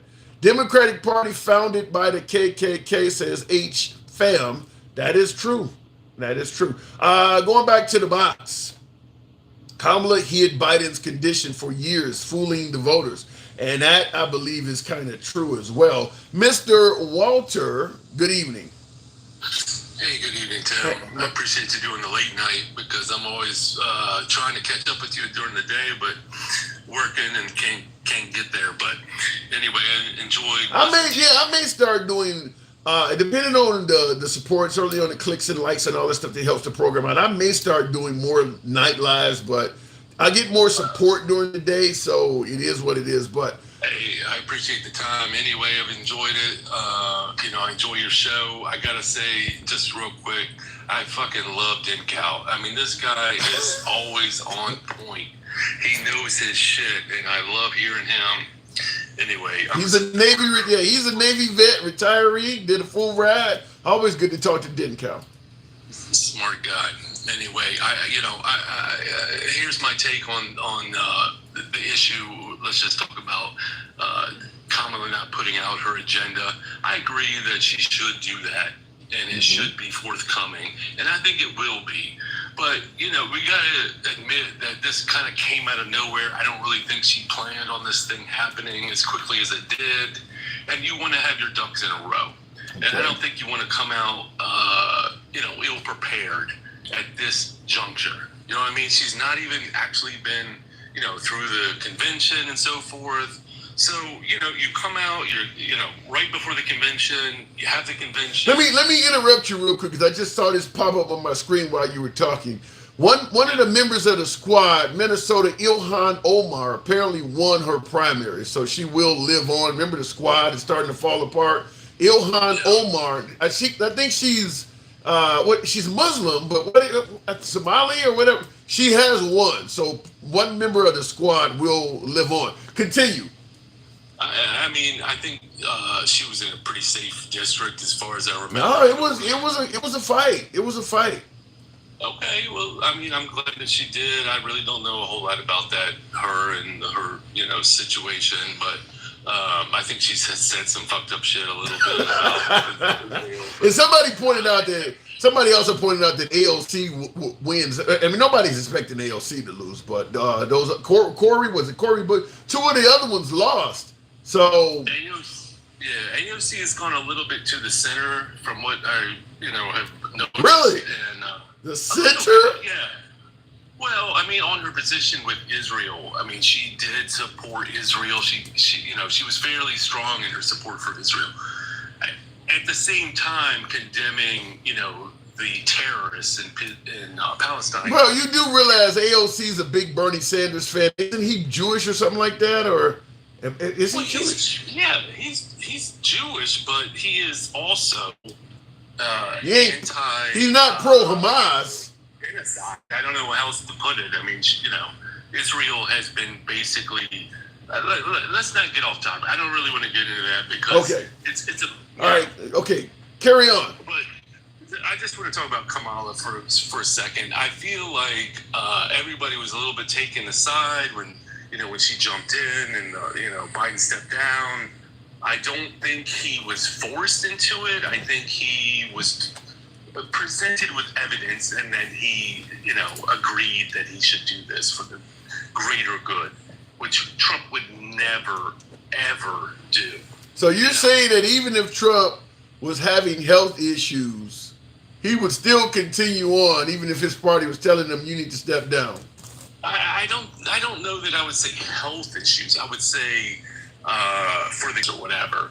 I'm not saying he wouldn't do that for himself. I'm saying his intention is literally for himself. He only thinks about himself. It's interesting you would say that because a lot of folks believe that Trump loves this country and has done a hell of a lot for the people.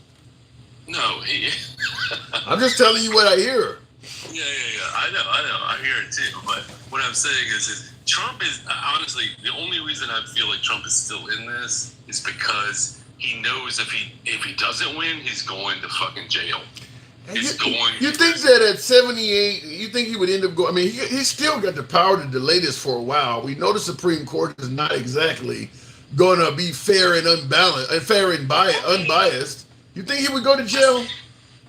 I don't know. I mean, honestly, I think the documents case but I do feel like that's a slam dunk for jail, for prison, federal prison.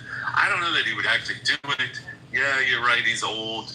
I'm not sure exactly how that play out, but let's back it up for a second. If it's not that, it's his ego. This is a narcissistic person who cannot admit any kind of infallibility. I don't know if you heard any of these stories about him. I mean, there was just one recently where he, he's following up on like 20-year-old vendettas. I mean, the guy, one of his close friends of 30 years, Bill O'Reilly, said that Bill O'Reilly is really in the Trump camp, but he said that is a problem, is that Trump does not give up on grudges, does not let go of a grudge, because he often says that Trump needs to leave that 2020 stuff alone, and still bringing up stuff that maybe Nikki Haley or Chris Christie did that he didn't like, or even John McCain after he's dead. And he said that he's like, he needs to leave these grudges alone and move on. Yeah, he has no emotional intelligence. Wow, that's a hell of an insult. No emotional intelligence. I mean, think about the people that you've admired in your life that have, that don't have, but all of the people that you had admired in your life, they have emotional intelligence. There is not a person that is not revered or has ascended, to greatness that doesn't have that trait. And this man does not have that trait. The small point I'll make, in my opinion, is that the reason Trump has, gotten to where he is that he is an entertainer, and he is no longer entertaining. His support is going to drop, and it's dropping. So you make it. So you making it sound like you feel confident he's going to lose. Oh yeah, he's going to lose. Now, on YouTube, Ed G says most Democrats also don't know much about who they're going to vote for. Is Kamala Harris likely to win due to an uneducated voting population? No, absolutely not. Kamala Harris is going to win based on, number one, women.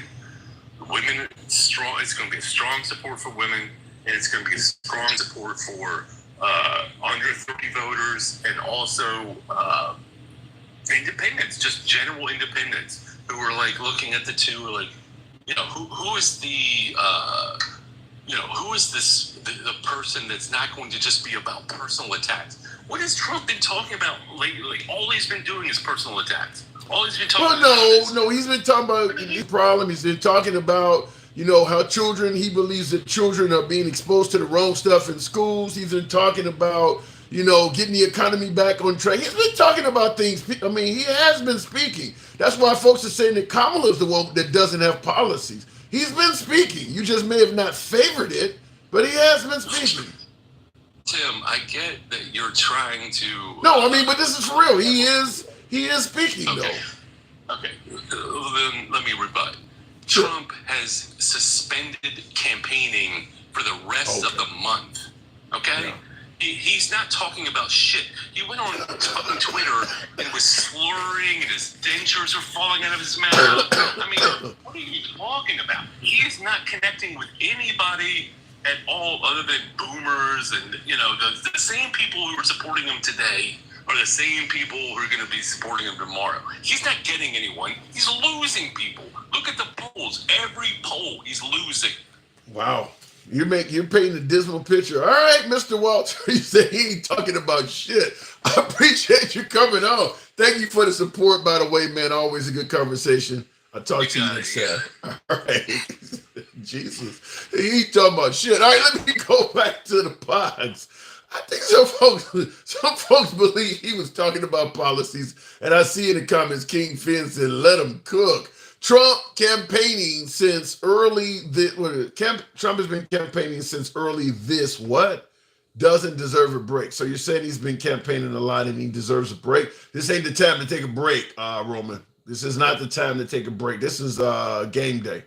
We're talking, 80, low 80s. I lost count, but about 83 days until election. This ain't the time to go on break.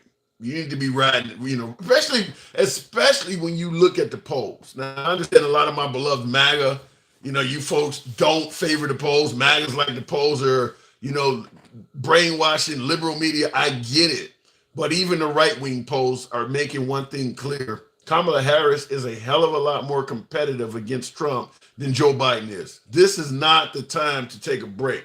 As Tim Walz, as governor of Minnesota, Tim Walz said, you can sleep when you die. This ain't the time. And that's what he said when he got up there. He's like 90 days or whatever it was at the time.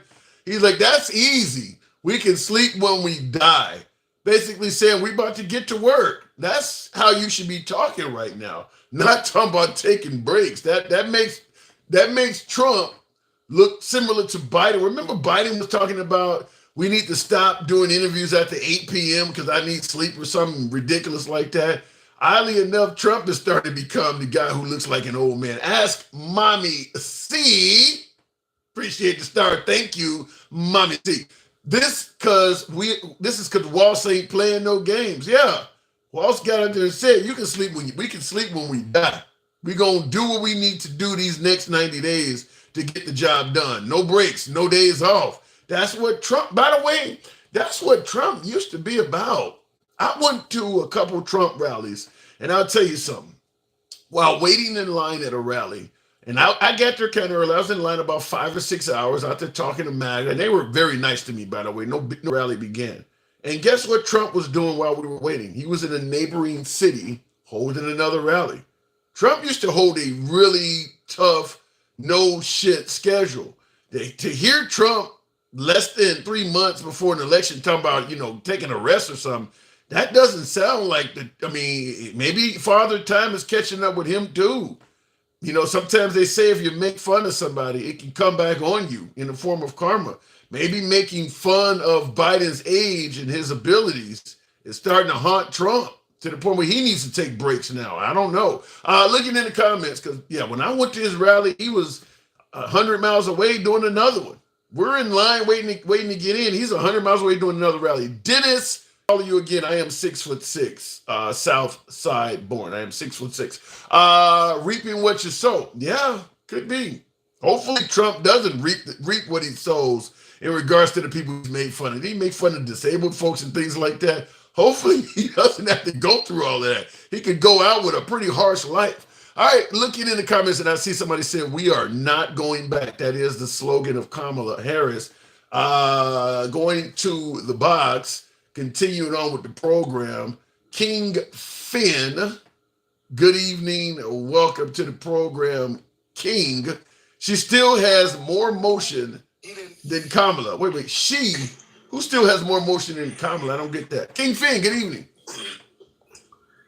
Yeah, what's going on, Tim? And not much at all. I'm hearing it. Welcome to 2024. Okay, and what should I look forward to seeing? Well, I don't know. I mean, I hope you can look forward to not seeing Sergeant shits himself on stage a lot, because that's what's going on. Sergeant? Now, Did you say Sergeant shits himself? Sergeant shits himself. Captain Depends. I got a billion names for him. Anyway, it goes like this. Your boy slowed down campaigning because he don't got the money that them cities is telling him to pay. He owed money to these cities, man. Did you know that? Look it up. He owed money to almost 20 to 25 different cities. That's why he's cutting off. Are you serious? You really believe that the reason Trump is not campaigning in swing states is due to money? Hell yeah. No, really? He has not paid a bill, bro. Tim, look it up, bro. He has not paid these states. Ohio, he has not paid. We talked about this months ago. He still ain't paid them same damn people. He still owe money. How you at a rally trying to be the president getting phone calls from bill collectors? What type of shit is that? Damn. What type of shit is that?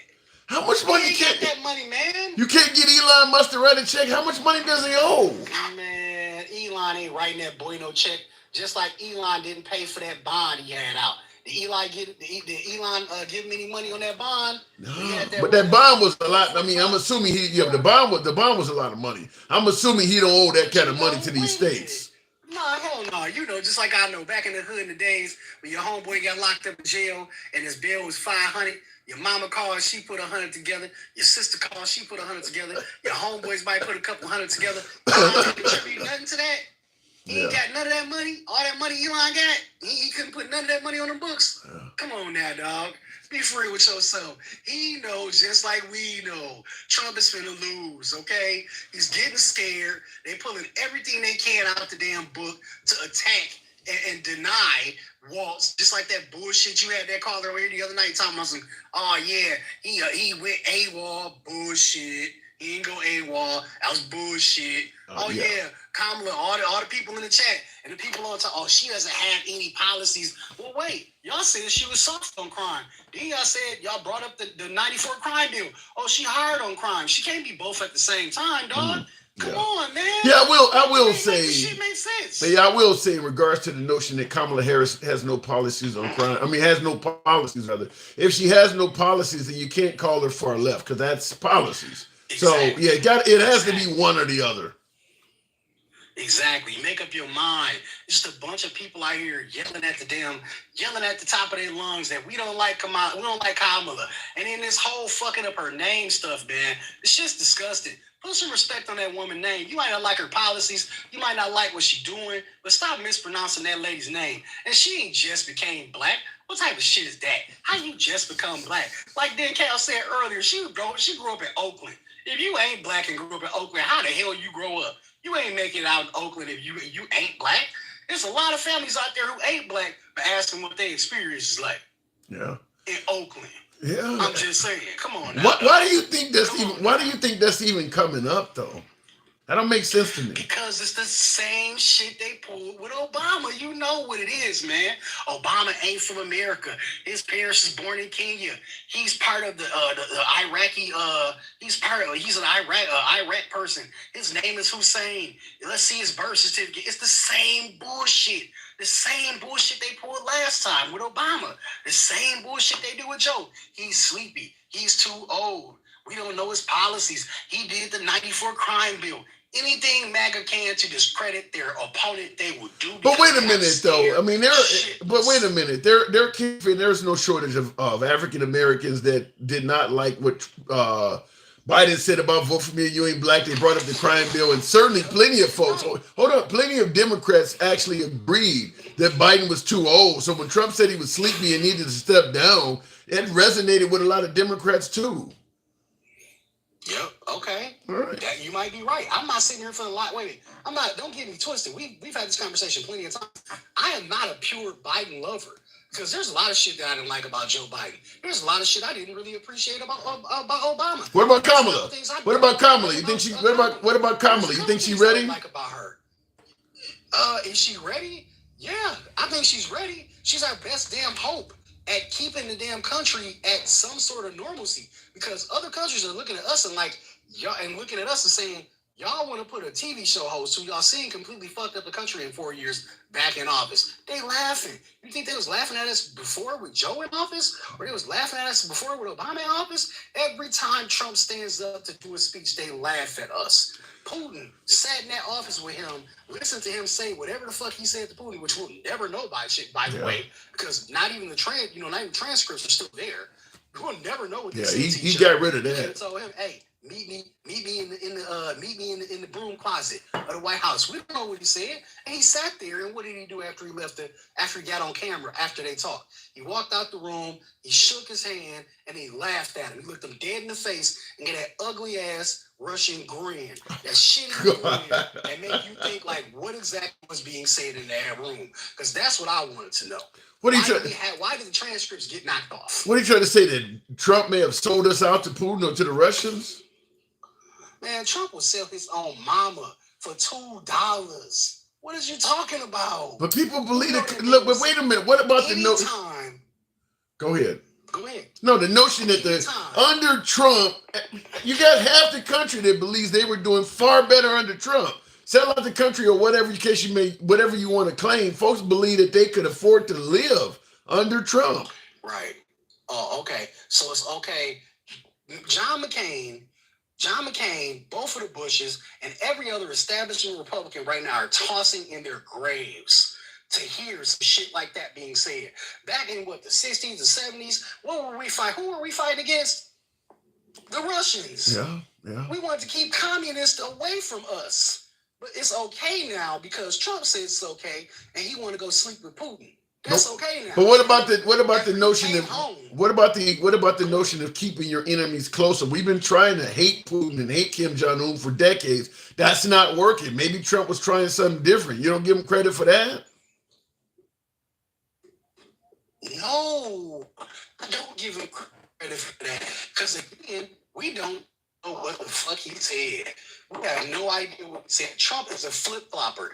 The flip-flopper in chief. All you have to do is compliment him, flatter him a little bit, and he'll turn over like a little plum, like a little boy, and show them your hottie. Sergeant Shit-Your-Pants does not have any type of stick-to-itism. He's a complete windsail, a flip-flopper. He don't know what he's doing. And again, I'm just going to say this for the millionth time. On your show, we have elected a game show host to the presidency. How did that work out with Reagan? Reagan was an actor. How did California exactly? I'm going to only use this point because a lot of Democrats might hate me for saying this. I don't give a shit.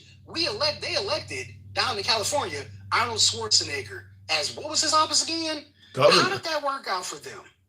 Well, how did Reagan work out for us? I think a large portion of I think a large portion of America thinks Reagan did a phenomenal job, King Fan. He's probably one of the best Republican presidents in our. I'm just telling you how folks feel.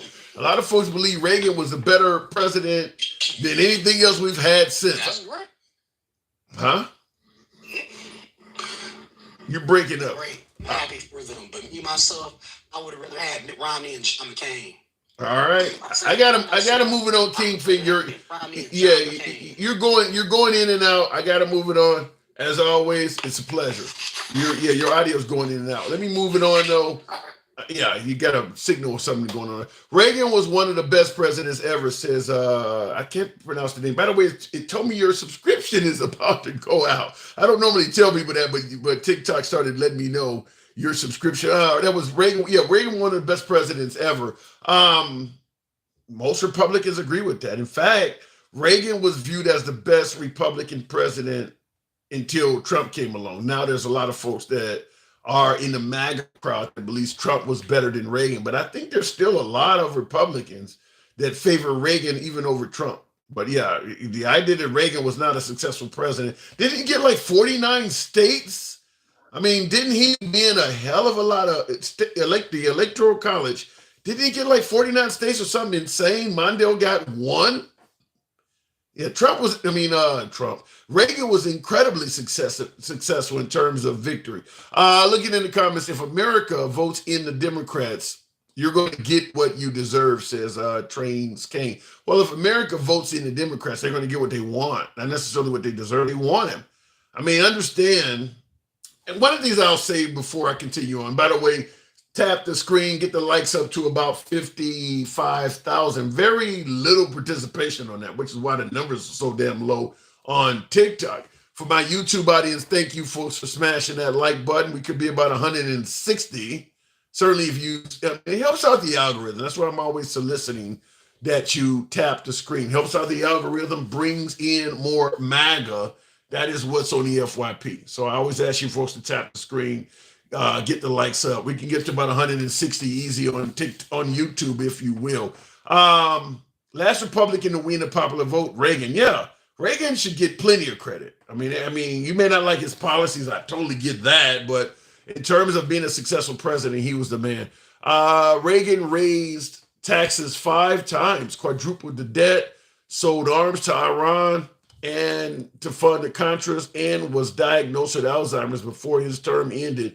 He was awful. Well, history hasn't judged him that way, Archie Harris. History has not judged him that way. President Trump already proved himself as the best president ever. The caller's BS propaganda and rhetoric is ridiculous. And based on his Democratic-controlled TV, zero research of his own. Some of that I got to push back immediately on. Maine Mermaid, appreciate you in the comments. Another one of my female Republicans. Shout out to you, Maine Mermaid. President Trump already proven himself as the best president in history.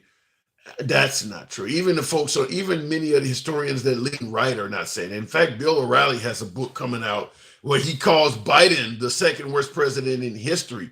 He's not even saying that Trump is the best president ever. And he's a friend. 30 years he's been a friend of Trump's. And Trump hasn't proved himself to be the best president ever. How? I mean, we sent people to the moon. We defeated the Nazis. We healed after the Civil War. We got out of a Great Depression. We broke up the Soviet Union. What has Trump done to put him in the category to be such a elevated category as best president ever? We ended slavery. What is Trump's biggest accomplishment? If you had to list, we talk about best president ever. If you had to list Trump's biggest accomplishment ever, what would it be to give him? That's a huge title. Reagan disbanded the Soviet Union. Gorbachev tearing on his wall. What has Trump did to put him in that level? Wow. Reagan would be a rhino in this current Republican Party. That is true, Dennis. Dennis Calhoun, thank you for the super chat. He granted illegals amnesty. Ronald Reagan granted illegal immigrants amnesty. He would be a rhino by today's standards, in my opinion. But what did Trump do to be listed as, I'm not saying he was a bad president. I understand why people like him, but best ever? Based on what? And I see in the comments, to Curr 88 says, exposing the deep state. You can, what the hell value is it to expose somebody? If the fireman comes to your house and exposes what part of your house is on fire, the police comes to your house and exposes where the burglar is. What good is that? That's not a solution. He said he was going to drain the swamp. That's a fucking participation trophy. Exposing the deep state. You didn't get rid of them, no? They're still in place. They're still operating. What good is that? Okay, now we know they're here. That's not an accomplishment. What good would it? I mean, that's like saying Reagan exposed the Soviet Union. That doesn't help anybody out. Let me go back to the way he exposed it. Wow, that is definitely a participation trophy if I've ever heard one. Let me go to one of the friends of the program, my insultant. I refer to this man as my insultant indeed. The Honorable Gen X. Fuck around and find out. Good evening. What is up, my brother? Not much at all. Always a pleasure having you on. Trump, best president ever. What say you? I said hell yeah, but I'd like to get back to the original question. We can get back to the original question, but I'm not going to let you get away that easy. What has Trump done to be the best president ever? He ended the Korean War. What? The North Korean War. What he did with North Korea walking on to North Korean territory, and the only reason that we didn't do better with North Korea is because Joe Biden didn't follow up with Trump's policies. Wait. So Trump ended the Korean War. Was there a treaty? Was it written on paper? How do you? What makes you say that? There was less aggression from North Korea than any time in history since the war under Donald Trump. That ain't what you said. Donald Trump walked into North Korea, shook Kim Jong-un's hand. Is Kim Jong-un a good guy? No, not by any measure. I don't know if that's what you said. Okay, we'll get to your second topic, but I want to read this to you and see what your opinion. I think I know what your opinion is going to be, and this is coming from JDP Juliet Delta Peter on the YouTube side of things. And thank you for the super chat for sure, JDP. Thank you. He says, Trump doesn't care about the color of your skin. He wants everyone to live the American dream that will die under Kamala. What say you? I don't understand the question. He's saying that Trump doesn't care. The folks are talking about Kamala's black, she's not, and black, white, this, and race is always coming up. He's stating that Trump doesn't care about the color of any of our skin. He said Trump just simply wants us all to live the American dream, and that dream will die if we vote Kamala in. I think that's somewhat accurate. Yeah, I think Kamala is probably the worst choice you can make. Based on what? Based on her inability to even take questions or to do an interview. Yeah. Well, I'm with you that she should probably do an interview, but I won't say she's incapable of doing it. She's just holding off because probably ain't no need. I mean, I'm assuming her campaign is telling her, if you're in the lead, why do anything to risk it? Kamala won't answer questions because she can't. They won't let her. I don't think it's a case of not letting her. I'm telling you my opinion. If let's say you Gen X, you're a politician, you're running for office, and you're beating your opposition and you haven't done an interview yet. When I send you out there to do an interview, knowing that the only purpose of your interview for the other side is to look for issues to criticize. I mean, Kamala Harris is not going to answer any question favorably to MAGA. The only reason they're watching that interview is to come up with something to criticize her on. So why give them ammunition? What you're saying, Tim, if I'm hearing you right, is the wind's in her back, let her fly. Yeah. Okay? If I'm getting on a jet to fly to Hawaii, I'm not going to let the pilot get on there because the autopilot will get us off the ground. And once we're off the ground, we don't know if she can fly the plane or not? Come on, man. Really? People are... That's taking a kind of big risk. Well, people have seen how President Trump flies the plane, and a lot of Americans felt like it was too much turbulence on that flight. So they're willing to take their chance with another pilot. From the way you said, well, if President Trump, you did about whataboutism. The facts are, we don't know what Kamala Harris can do when the plane's in the air. Yeah. So we let her lift the plane off and then fly it when we have no idea if she can land us? No, I don't disagree. I don't disagree with the level of criticism. However, I'm saying that people do know what Trump is capable of, and they don't want to fly on that airline. So they're willing to take a chance with a straight. They know what Trump does. They don't believe the service on that airline is worth the money. Okay, here's another thing. Sure. The reason that they won't let her talk, because they know that once she starts opening her mouth and answering questions and doing this and doing that, the honeymoon's over. I agree. She is not the most eloquent speaker I've ever heard at all, by any stretch of the imagination. I don't agree that she's not an eloquent speaker, but I do agree with your statement that once she starts speaking, the honeymoon is over. And we were talking about aircraft. I see Crash Bandit on YouTube says Snakes on a Plane remastered. I like funny comments.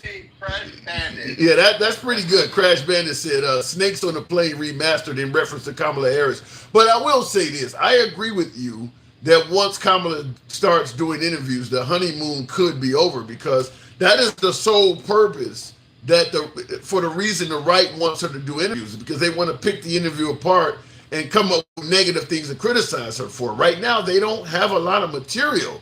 So they're begging for her to start talking to give them some. Her side is going to say, why would you do that? And you're right. You're absolutely right.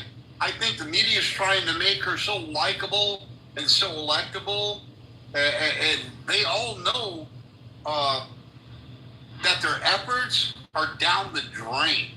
Once she gets some real questions thrown her way, she's going to answer. Maybe she'll do good. I don't believe it. Yeah, I don't agree with you. I don't think they want to roll the dice, bro. That makes more sense. I don't believe her efforts would be down the drain. I believe it might be more like rolling the dice. I would agree with that part, but I believe that she takes questions. There are certain questions she's going to hit home runs on, such as her stance on a woman's right to choose. She's not going to lose any voters on answering that. We already know what she's going to say, and it's going to be favorable to a large portion of America. Now, the economy, the border, those are some areas where she may say the wrong thing that could hurt her. But there are plenty of areas where she could answer questions and do very well. Well, she's answered questions right in the back. When she was an attorney general, I mean, if you're in court, you've got to be able to speak. Yeah. You have to be able to speak and articulate your words and do this and that. And I agree with that. I heard you say that the other day, and it makes a lot of sense.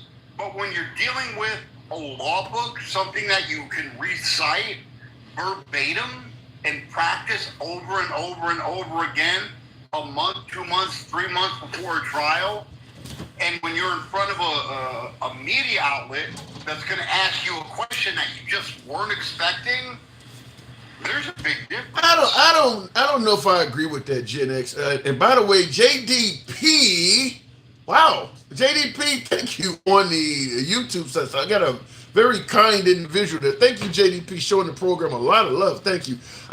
Kamala Harris being a prosecutor, you got to think she's dealing with savvy defense attorneys all the time. So the idea that she's going to be asked questions that she wasn't ready for, that's what a prosecutor gets.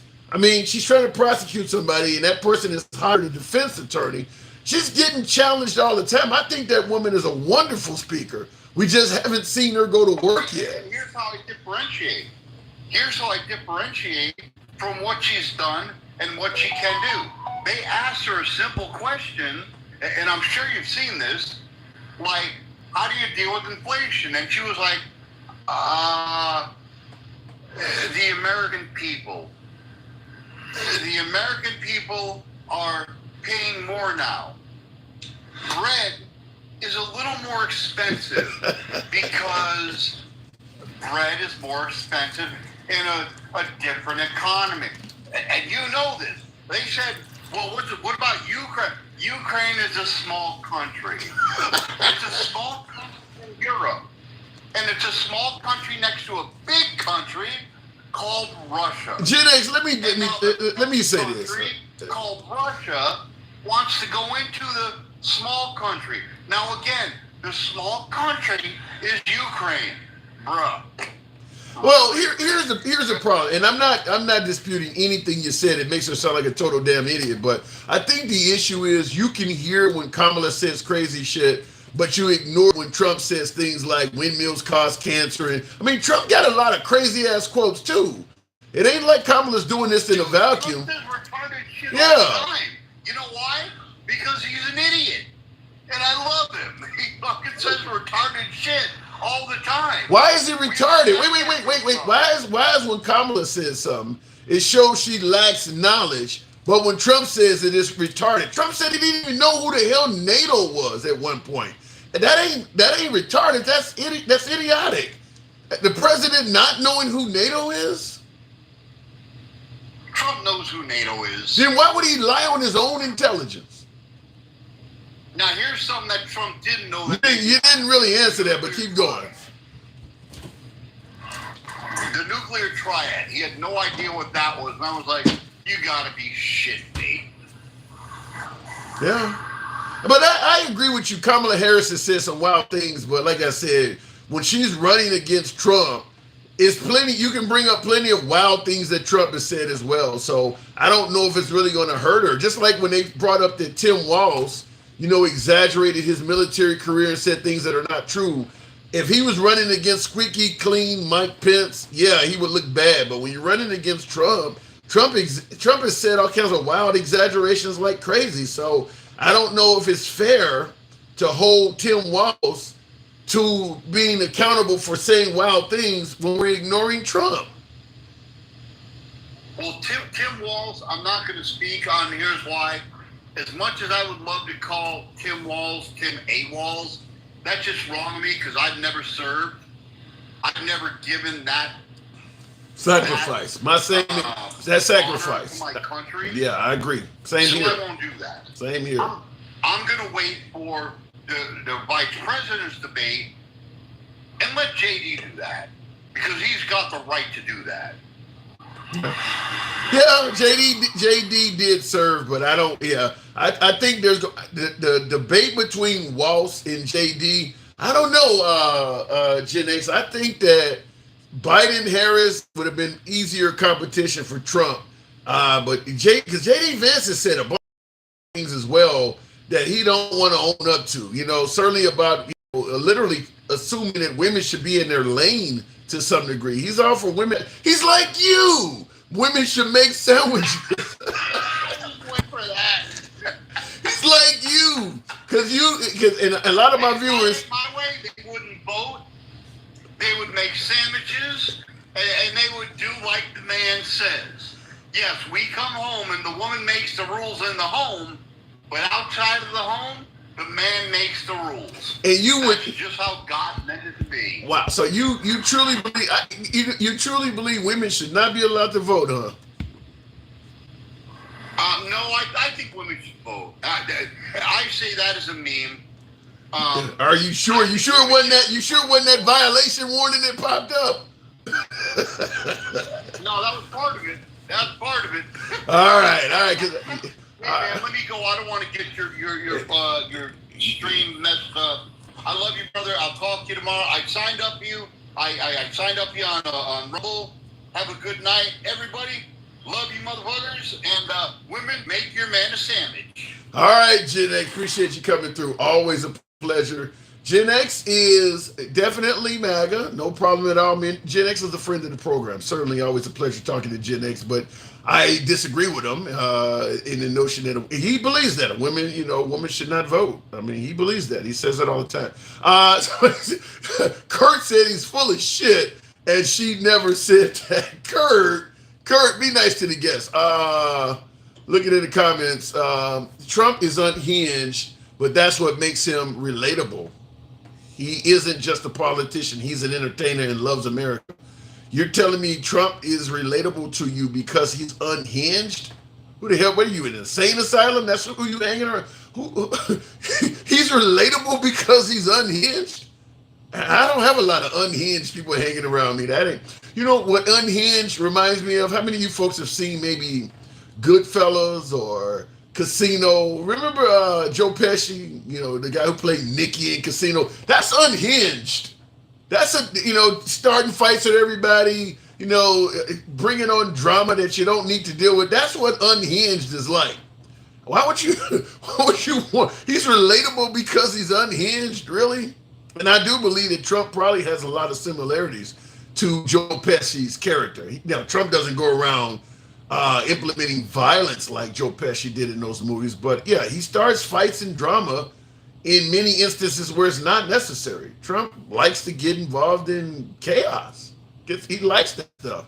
So no, I'm not a fan of unhinged, but maybe I'm in a minority here. Maybe a lot of you folks do like unhinged. I don't like unhinged because you can get, let's say for instance we're hanging out, and I'm sure many of you folks have friends like what I'm about to say.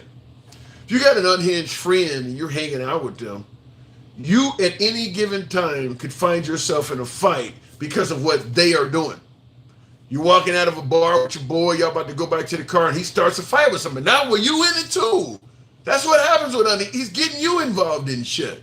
So, suddenly you're being blamed for things and dealing with things that you normally wouldn't have to deal with when you don't hang around him. So, yeah, unhinged, I don't know about that one. The Ukraine, this one here, I meant to answer this super chat earlier. John, thank you for supporting the program, says this Ukraine war will not end under Harris. We will lose billions backing them. China will make their move on Taiwan under Harris, dragging us into World War III. I agree and disagree. Let me break that up. And by the way, folks, tap the screen. 70? I think we can do that. Actually, no. No, get the likes up to about 200. I'm looking at the wrong number. Get the likes up to about 200 on YouTube. Smash that like button. On TikTok, same thing. Tap the screen. Maybe about 70,000. Very small audience here on TikTok. But in regards to it, I see T-Mac telling me you're going to lose your sub benefits. I'm going to start doing, what do you call it? Some folks be wanting to ask me questions, and for you folks that are really kind to the program, we're going to start doing actual YouTube shorts, giving your questions some serious detail. So when you give those, $10, $20 donations that I really, really appreciate, I feel obligated to do something in response. So I do appreciate you folks that, send galaxies and shit like that. I want to start responding back to that. In regards to Kamala Harris and the war not ending under her, I agree with that, because Kamala Harris is going to keep backing the Ukrainians, and that war could go on a long time, as opposed to under Trump where it may end. However, I don't know if that's a good thing if we elect Trump, because Trump has stated he's going to be he's going to take the hands-off approach. So under Trump, the Ukrainian-Russian war may end, but it's not going to go well for the Ukrainians at all. Once Trump pulls support away from the Ukrainians, it's going to be a massacre. Now, I know that Trump is favorable to Vladimir Putin, and maybe they could talk and things like that. But at this point, with the assistance of Joe Biden, the Ukrainians have done a lot of damage to Russia. In fact, they're currently in Russia now, launching offensive. They're in the nation of Russia. They have taken over land in Russia. I don't think Trump is going to be able to talk Vladimir Putin into standing down and just having that war end. At this point, Putin is going to want revenge. So if Trump backs off and no longer helps the Ukraine, Putin may take the whole damn thing. The war would end under Trump. It just would end very badly for the Ukrainians. In fact, Vladimir Zelensky, the president of the Ukraine, could probably lose his life in that. But it would end. Now, seeing also, he said the media and the political establishment survive off division. That is 100% true. That's not the person I was trying to respond to another question, another part of that same super chat. Oh, you said that we would lose billions of dollars back in the Ukraine. Yeah, the weapons we're giving them certainly has a cost to it. We're not sending them cash money as many people suggest, but we are helping the Ukrainians out with weapons that did cost money, and we could sell on the market and make money off of, but we're not giving them to the Ukraine. So America is losing money to some degree helping the Ukrainians.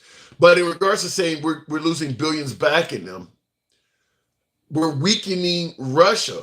And to a lot of Americans, and certainly all of our allies, it's worth the money. It's worth the money spent. We may end up weakening Russia to the point where they're no longer even a threat on the global stage anymore. They're, regardless of how you feel about Russia and Ukraine in this whole event, Russia's becoming a much weaker nation under Biden. I don't think that's deniable at this point because they've been fighting the Ukrainians now for almost 2.5 years, February of 2022. They've lost a lot of blood and treasure in that war.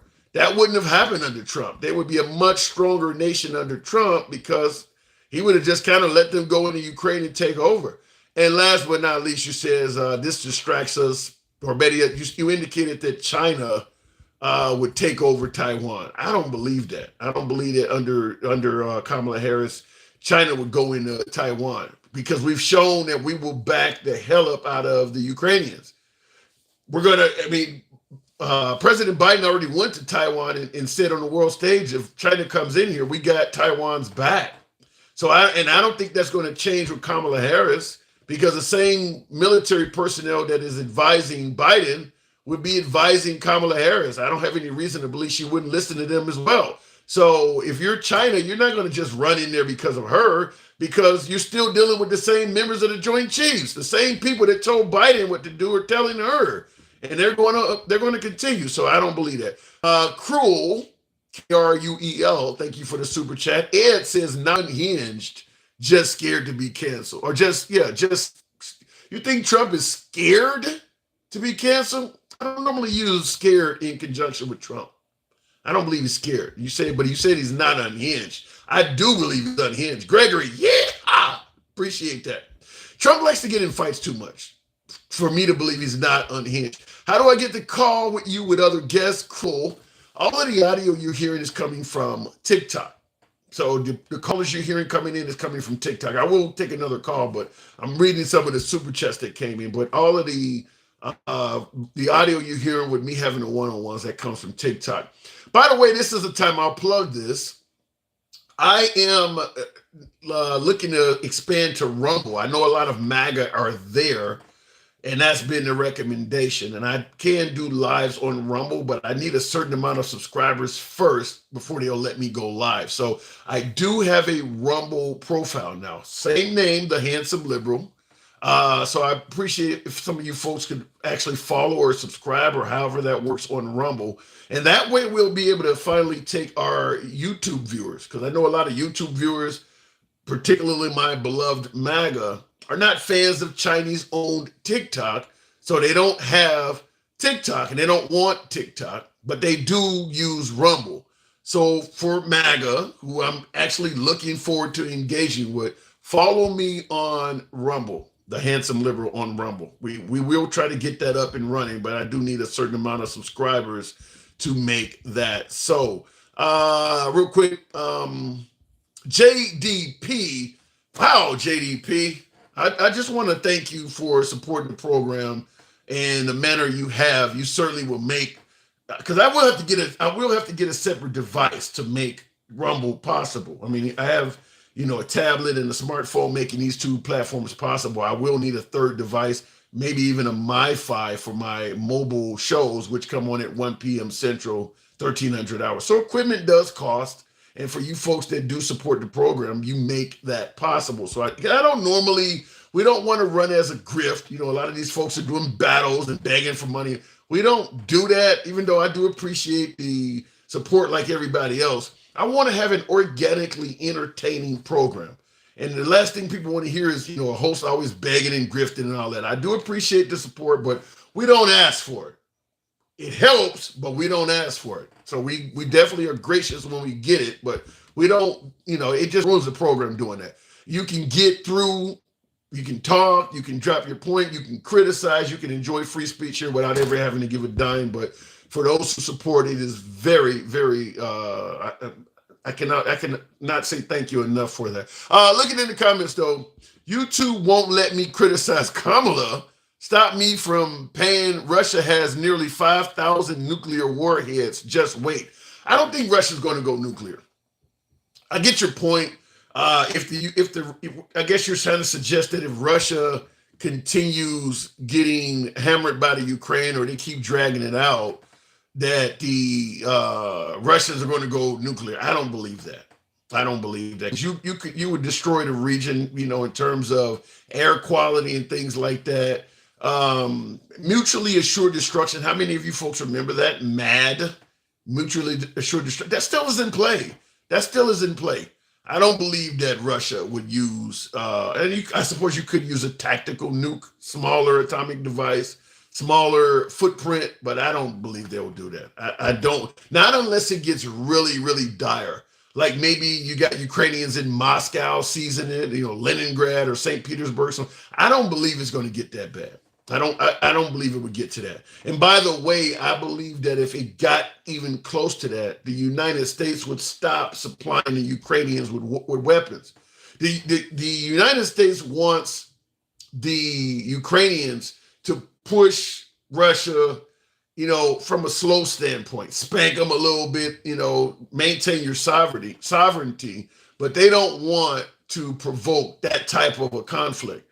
Because it would drag the United States into it and all kind. It would get really messy. And I think before the Americans would back the Ukrainians in getting that deep into trouble with the Russians, we would stop supplying them with weapons. We would tell them the whole purpose of us helping you is to defend your nation.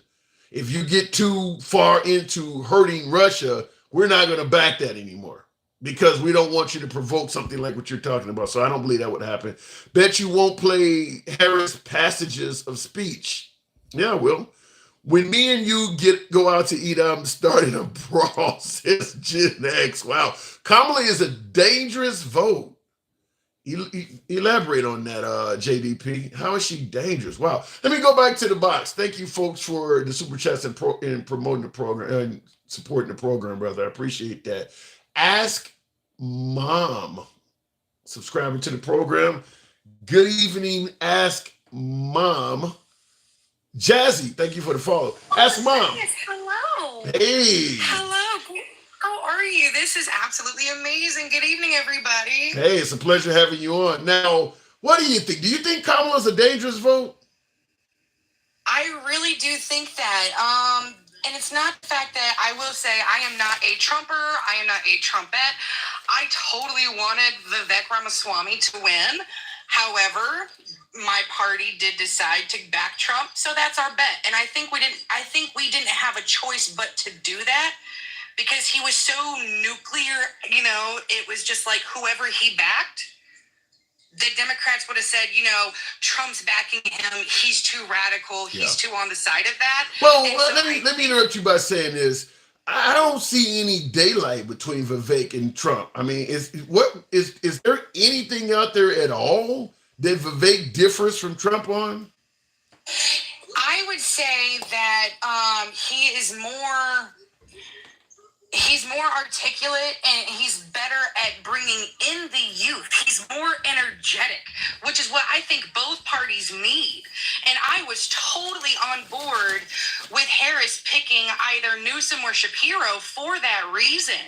I really was. But the problem is Newsom. Wait. Would you have, if Harris had did what you were on board with, pick Newsom or Shapiro, would she have gotten your vote?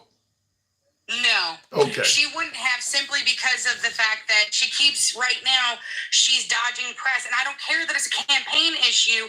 I care about the fact that just because you are campaigning does not mean you stop holding office. We still have things that we have to address.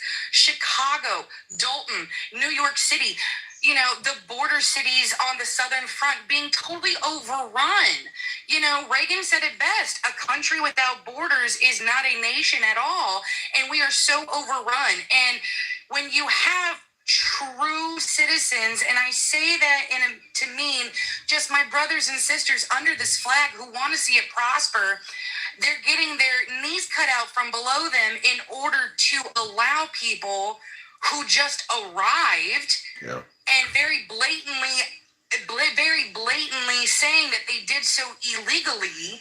That's where I draw my line. And so you can't argue with basic facts that Trump did have security.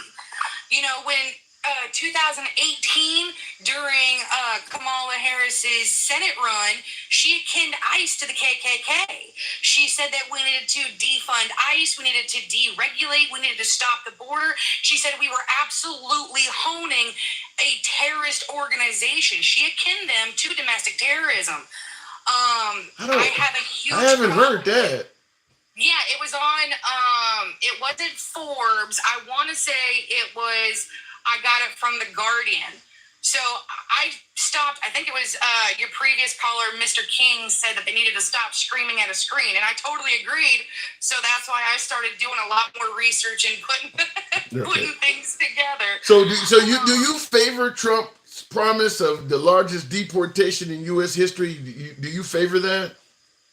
Absolutely, because the Democrats said nothing about it when Obama did it. Yep. President Obama was the deportation king. He was labeled the deporter in chief by the Mexican president. But for some reason, the Democrats didn't run with that.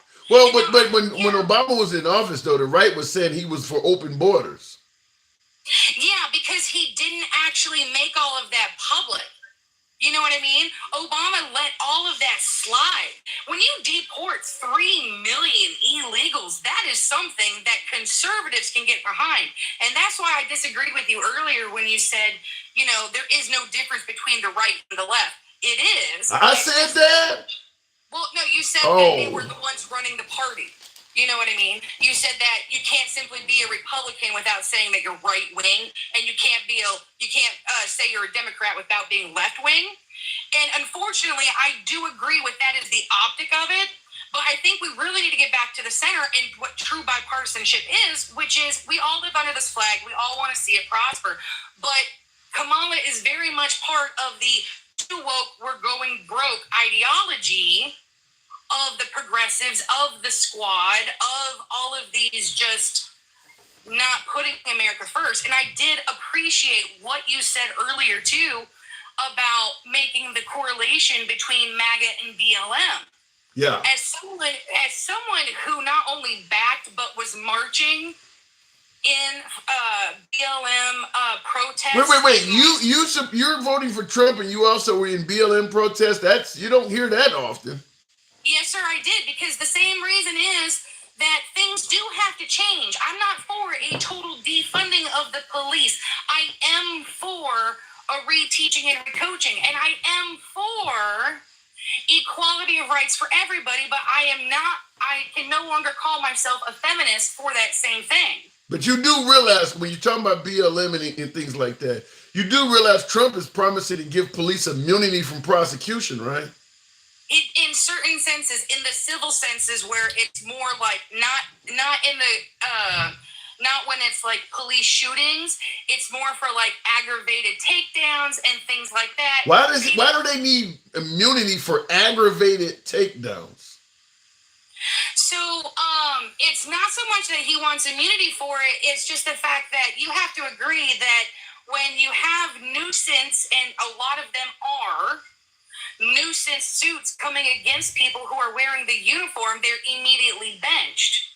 I'm still trying to hear, why do they need immunity? You said aggravated takedowns. I mean, I get your nuisance lawsuit thing. I understand that, but are we saying that all lawsuits against police are such a nuisance that we should give them immunity so that you can't sue them at all? Not.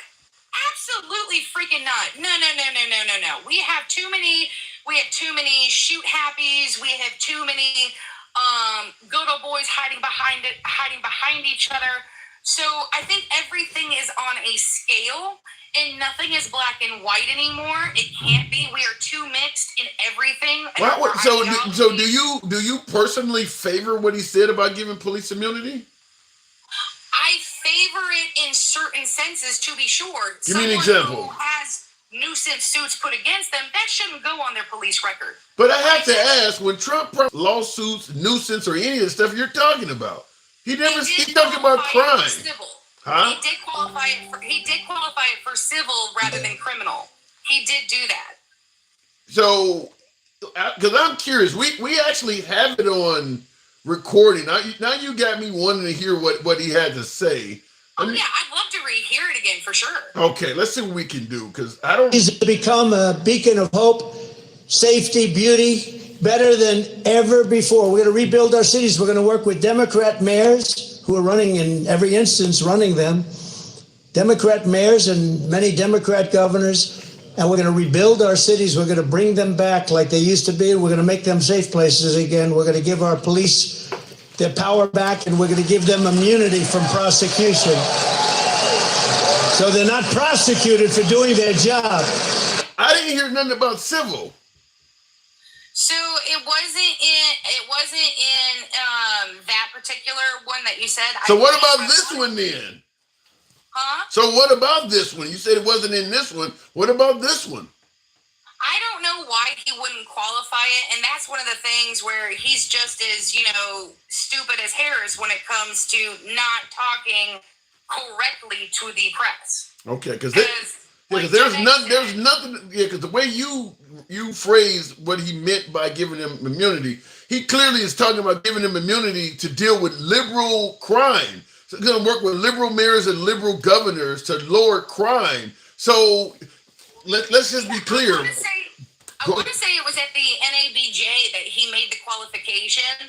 I want to say when it was doing that, because that was right around the unfortunate Massey shooting, and so he got grilled hard, And so I want to say it was somewhere around that he was trying to give more, but I mean, he did say that it was. I think it was. If it wasn't criminal, it was federal. There was some qualification he gave, but that it got buried. Yeah, but how would you respond to somebody who heard what he just said there, working with governors in liberal cities and and working with liberal mayors to lower crime, and thinking like, here's what I'm thinking. How would you respond to this? I'm thinking liberal cities. The majority of the folks committing the crimes in liberal cities are people of color. So now they're going to be being addressed by cops that have complete immunity. Because he didn't say nothing about, crime in rural Alabama he's saying specifically liberal cities. So he's making it sound like he's going to deal with crime coming from people of color by giving the cops immunity. Is it wrong to interpret it from what you're hearing there? From what he said in that clip, absolutely, I could totally see where you draw that correlation. However, at the NABJ, again, and especially to the people who are lighting me up in the comments, he said there is a big difference between being a bad person and making an innocent death and making an innocent mistake, and that, there's seconds between usually a life and death decision. And we do need to do I don't see. Yeah, I agree with you 100%. Ask Mom in regards to what you're saying there, but I don't see why immunity is necessary. I mean, immunity is like, okay, if you make a mistake, we're going to let you get away with it. Right, and I don't think that's what he was trying to convey. And if it was, he's an idiot. Yeah. But I think, like everything, there's a scale, and this scale just hasn't been determined fully. I totally understand that if a Newsom suit is brought against police, firemen, people who are there to protect us. And if someone's just trying to make a quick bag by bringing, or tarnishing their reputation, then yeah, they do deserve immunity from that, and that doesn't need to go on their record. They don't need to have, they don't need to have. Yeah, but I really wish he had talked about what you're saying, nuisance lawsuits and people trying to get paid. He's talking about crime. He not once did he even discuss lawsuits. It didn't even come up. I got to move it on. Ask Mom though. I'll give you the last word. Oh no, I totally agree, and it's just like it's just like everything with Harris. I mean, we're not getting full facts from everybody. The best person who's been talking to the press that we can actually go back and who's consistent with bringing up the facts all the time is Vance. But yeah, I totally agree that if it is going to be, because there's so much already. Just by himself, are basically, for the ones that are bad, it can be, just like a blue gang. It really can. Yeah. So if you're not going to treat it correctly, just like with any system, there's going to be those seeking to do corruption inside. There's going to be those who seek to block it. And that's the whole point. And I think that's just really, honestly, I have been, like Mr. King said, what I've been screaming at the screen is, can we all just focus on things? And you're not going to get that because I agree with you. We should unify and come behind things like that are important in this country, major issues. But I'm just going to tell you when you go to. I've been to a couple of Trump rallies, and you got folks waving around "fuck your feelings" and stuff like. People are not going to unify behind that. I don't think that's even designed to unify behind. That's like fuck you. We're going to do what we think, and yeah. Say that again. You can see on my personal channel that most of the people that I follow are actually Black conservatives and Black, what I would call Black moderate liberals, because I love it when people do the side-by-side comparisons, and the party that speaks tolerance, being the Democratic Party, you are being outshouted by the woke progressive, who the minute that they see MAGA, they call me a Nazi, they call me xenophobic, despite the fact that I have a flavor of each kid wearing a color of the allied rainbow. Well, I got to move it on, but I don't disagree with you that the progressives have caused trouble for the Democrats. However, the evangelicals are doing the same to the right. Certainly with these really strict. Both sides are being totally overrun by the winged idiots, and so those of us who have common sense are being outshouted, which is why we rely on people like you to be able to give us this platform, so that way the blue no matter who's and the red no matter dead, they can fall away, and the rest of us, the 70% of the population, can come together. I like that. Appreciate you coming through. Ask Mom. Always a pleasure. Come on back anytime. Good talk. You betcha, honey. Good talk. All right, moving on with the program. Both teams played hard. I like the name there. Great show. Why is Trump flying in Jeffrey Epstein's plane? And why does J.D. Vance discriminate against the LGBTQ but dresses as a woman? Wow. He's killing it with the eyeliner credit him for that. I seen a little bit. Let me see if I can find it, because JD Vance apparently does have a photo in drag. Yikes. And by the way, thank you once again. JDP, wow, says white people have to stop being blamed. I'm a gay white guy, a moderate who thinks that Kamala is an actor who wants to use the LGBT community to get in power. I don't know about an actor, but she certainly will benefit. I mean, at the end of the day, the right side of the aisle is not favorable to your community, JDP. I'm just going to tell you. I watch a lot of right-wing media. There is a lot of stories in right-wing media that talks about the LGBT community. None of them, literally none of them, are anything other than negative. If you're watching right-wing media, Fox, OAN, Newsmax, Breitbart, you're hearing this. So everything you hear about the LGBT community coming from right-wing media is negative. So I understand your point, but the right is not favorable to that community. They believe your community is harmful to children. You're shoving things down their throat. You're just promoting sexuality on them. You may change their gender identification. The right believes that the LGBT community, particularly trans, is just bad. It's just bad. Looking in the comments, and like I said, I say that after years of watching a lot of right-wing media. It's 100% negative. I don't think I've seen anything from the right about the LGBT community that was even neutral. I mean, not even neutral. It's just all negative. I want to. Oh my God, these pictures of JD Vance are something to try to forget. Something you don't ever want to see. Let me see if I can bring this shit up. I'm assuming some of you folks have already seen this. He's wearing a blonde wig. You know who he reminds me of? The guy from American Idol that has become the lead singer of Queen. Somebody help me out. Who is that guy? The guy who, what is that guy's name? I cannot think of his name. What Do You Want From Me was one of his songs. I'm trying to bring up this picture while my mind is running in 1,000 directions. Adam, what is his last name? Yeah, that's his name, Adam something. He replaced the late Freddie Mercury. Adam something. Adam Lambert, that's who he is. Yeah, he looks like Adam Lambert from American Idol. That's exactly who he looks like. I'm trying to bring up a picture to put on screen. But JD Vance looks a lot like Adam Lambert, if you guys know who that is. He is now, he came in I think, third place on American Idol years ago.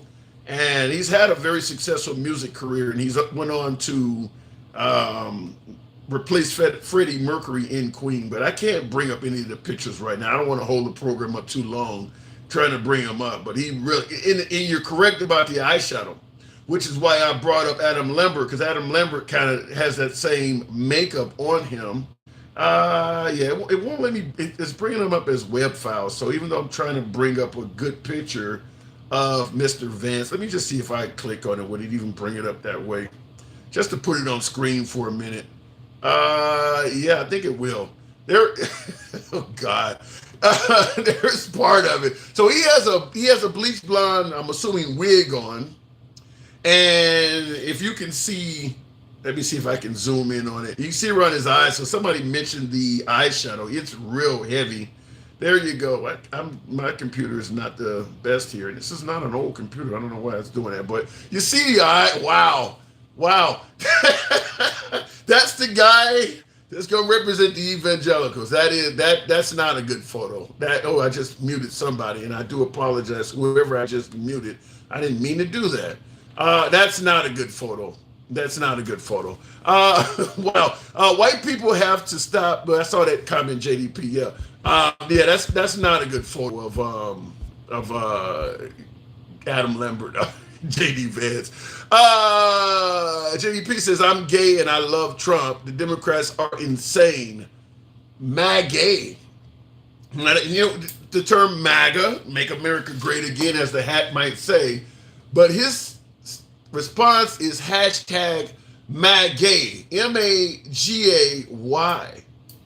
I'm gay and I love Trump. Now, look, at the end of the day, I don't believe Trump is, I don't believe Trump, and I don't believe the right is favorable to the gay community. However, there could be legitimate reasons to be gay and still vote for Trump. You're not voting based on those issues. Maybe it's the economy, maybe it's, global conflicts and things like that. Maybe you're putting, just like folks say, well, why would a black person vote for Trump?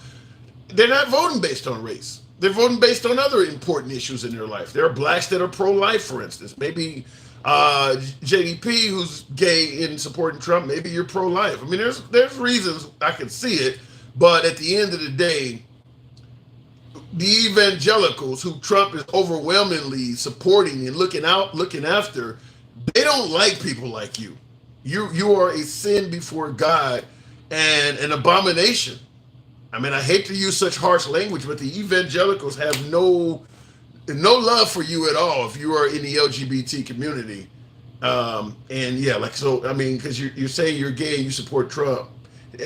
You're not the first person I've heard say that, but you are among a very, very small minority. And somebody in the comments, I think Southside Born, said they don't like you. Facts. I'm going to be inclined to agree with that. When do you think Trump will dump him? Dennis Calhoun? When do I think Trump will dump JD Vance? I'm not certain it's going to happen, but I'm not certain it's not going to happen either. I do believe when Trump picked JD Vance, he had the whole election in the bag. He was going to easily beat Biden. All the polls were making that clear. Even states that Biden, even states that are considered blue states were starting to be up for grabs, like Minnesota and Virginia and things like that. Biden was losing handily. So when Trump made his vice presidential pick, there was no concern over really who it needed to be to win extra votes. He had enough. And I do believe that if Trump had to pick a vice presidential candidate right now, knowing that Kamala is his opposition, he wouldn't pick J.D. Vance. He would not pick. J.D. Vance hasn't brought anything to the Trump ticket. Trump was going to do exceptionally well with the evangelicals anyway, and he was going to win Ohio. So I don't believe J.D. Vance has brought anything to the Trump ticket. But that doesn't mean he's going to get rid of the guy. But I do believe it's possible. JDP says Adam Lambert is a queen. Freddie Mercury is the king. I like that. And I think Adam Lambert might like it too. Mara, why are we looking at photos of Laura Ingraham? Laura Ingraham looks a little bit better than that. Let me get this photo off, but that is indeed JD Vance there. And that's dated, August 12th. What is that? Yesterday. at 1:13 p.m. Let me go back to the box. That is, wow, that's crazy. Fox is going to report that J.D. Vance is dating his couch. That ain't going to happen. All right, go. And by the way, you seen how Tim Walz said, I'd love to debate J.D. Vance if he would get off the couch. You think Biden could have been that savvy? I think Tim Walz might be a formidable debater against J.D. Vance. Let's go blue. Good evening. Welcome to the program. Let's go blue. If the box brings them up. No, we have LGBTQ and union guys voting for Trump. I know the handsome liberal does not believe those folks. No, I believe it, Chris. I just think you're in the very, very low minority. I think out of the LGBT community, the percentage of LGBT folks that is voting for Trump, probably well under 10%. I'm guessing. I'm admitting I could be wrong. But Trump has stated that he wants basically to prevent transgender folks from even being allowed to transgender. I used to bring that video up on YouTube where he's said he's going to require Congress, he's going to ask Congress rather to require you go by the gender on your birth certificate for life on your driver's license and things like that. So you would not be able to transition at all in the eyes of government. I don't think the LGBT community is going to favor that. So you're saying that LGBTQ members and union guys are voting for Trump. I believe that, but I do believe it's a small minority. Now, there may be more union guys voting for Trump. I still think it's less than, well under half, but in the LGBT community, it's real low. It's going to be real low. JD looks way better than Laura Ingraham. No, I don't buy that. Laura Ingram's not that bad looking, is she? I watch her. I mean, she's not that bad looking. Continue on with the program. You guys say some wild shit. Speaking of which, South Side born out. That is me, by the way, Chicago. South Side, born on the south side of Chicago. South Side born. Good evening. Hey, Hanson, how you doing? I'm doing good. So, what do you think? Kamala Harris, is she dodging interviews? Why does she doesn't even have an interview schedule? Why is that? I think it was one of your guests earlier. He spoke on it, and I think he said it eloquently that it's really not in her best interest to jump right out there. This whole shift came.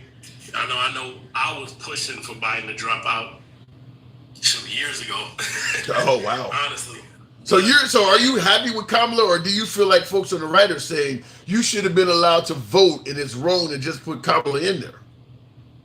No, I'm happy with it. Yeah. I mean, she's a VP. She's next in line to be president if something was to happen to Biden. Yeah. Let me ask you this. Now, this is off topic a bit, but I was mentioning a minute ago about the LGBT community voting for Trump. JDP once in the comments on YouTube said, I don't give a shit what evangelicals say. I'm voting for him. I'm 45 and I know what real discrimination is. Do you see the LGBT community supporting Trump? I mean, not on a large enough scale that it matters. But I will say that there are a lot of people that are gonna, vote emotionally. Like I think one of your other guests, he said that he was encouraging people to vote based on their heart and what they feel. Nothing wrong with that. If you're voting for your actual livelihood and what's gonna benefit you, then it would be foolish for anybody in the LGBTQ community to vote for Trump or any right-wing politician, honestly. So do you feel like Kamala Harris is up to the job? Yeah, definitely. If Trump is up to the job, we can't say that somebody that's been VP for 3.5 years has been district attorney and all of these things, all the accolades that she has and things that she's earned. Come on. Well, I want to play a clip for you. I was asked to play this. It's coming through a super chat, so we always respond to our super chat. This is Kamala Harris's passage of time that folks are criticizing, and I want to ask you: does this show lead you to have any questions about her cognitive abilities, her education, etc.? After the hour, every time you see Kamala Harris speak, you wonder, can things get worse? The answer continues to be yes. She seems totally out of depth in almost every other issue, especially when she has to ad-lib and talk from the heart or extemporaneously about the issues she should have thoroughly digested. This on the heels of news that she lost her 10th staffer who thought, there's got to be something better for me to do. Yeah, the 10th staffer quit. Let me respond to that real quick. As many, the amount of rotation in the Trump administration, they're really going to bring up she lost her. I mean, it's hilarious. And they didn't cover Trump. I mean, Trump is fired. Yeah. So many people has resigned and Trump has fired so many people. I can't believe they bring that up. But it's only a couple minutes. I'll continue this and we'll talk about it. Kamala's office. She's the latest to resign. She was her national secretary advisor. You can see there on the screen all the people that have quit over the last, it's been a little bit more than a year since she became our vice president. This lady's name is Nancy McEldowney, and she will be replaced by her deputy. Said she had to step down to focus on some pressing personal matters. Okay, let me start, because I was trying to bring up the speech that individual asked. This is not it. They're questioning him about other stuff. I was looking for the... Let me say this. Go ahead. Let me say this. Okay, so every MAGA guest that you've had on since I've been listening for the last good hour plus, they've admitted that Trump is an idiot in their own view, like for different things, different points.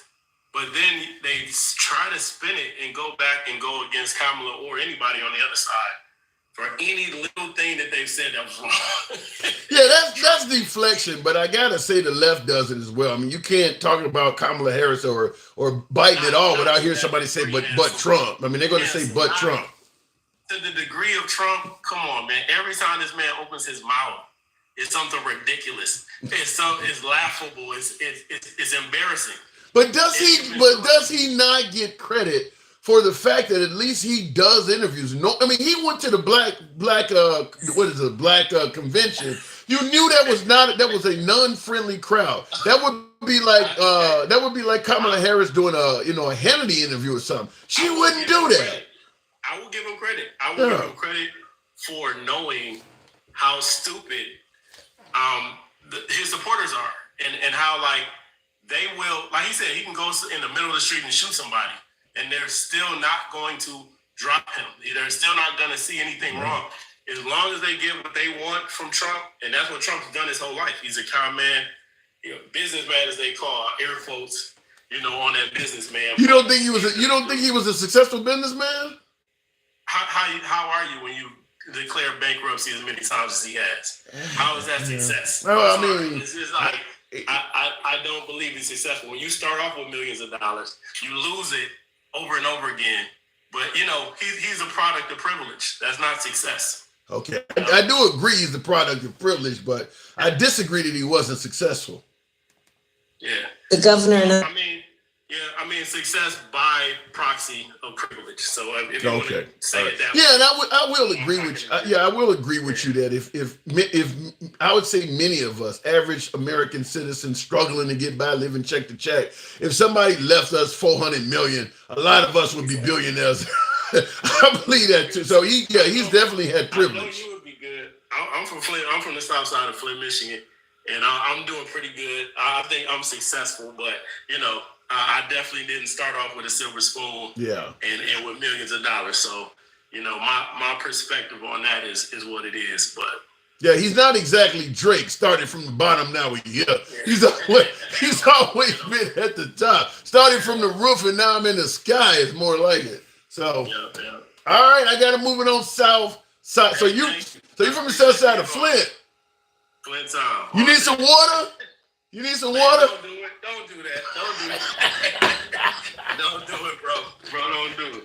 Appreciate you coming up. Come on back to anytime, Southside. All right. Now, I was asked to play this via Super Chat. This is only 31 seconds. Hopefully, this is the right video this time, and this is indeed the passage of time. Now, apparently, Kamala really botched this. 31 seconds. The governor and I, we were all doing a tour of the library here and talking about the significance of the passage of time, right? The significance of the passage of time. So when you think about it, there is great significance to the passage of time in terms of what we need to do to lay these wires, what we need to do to create these jobs. And there is such great significance to the passage of time when we think about a day in the life of our children. She didn't say shit. I get it.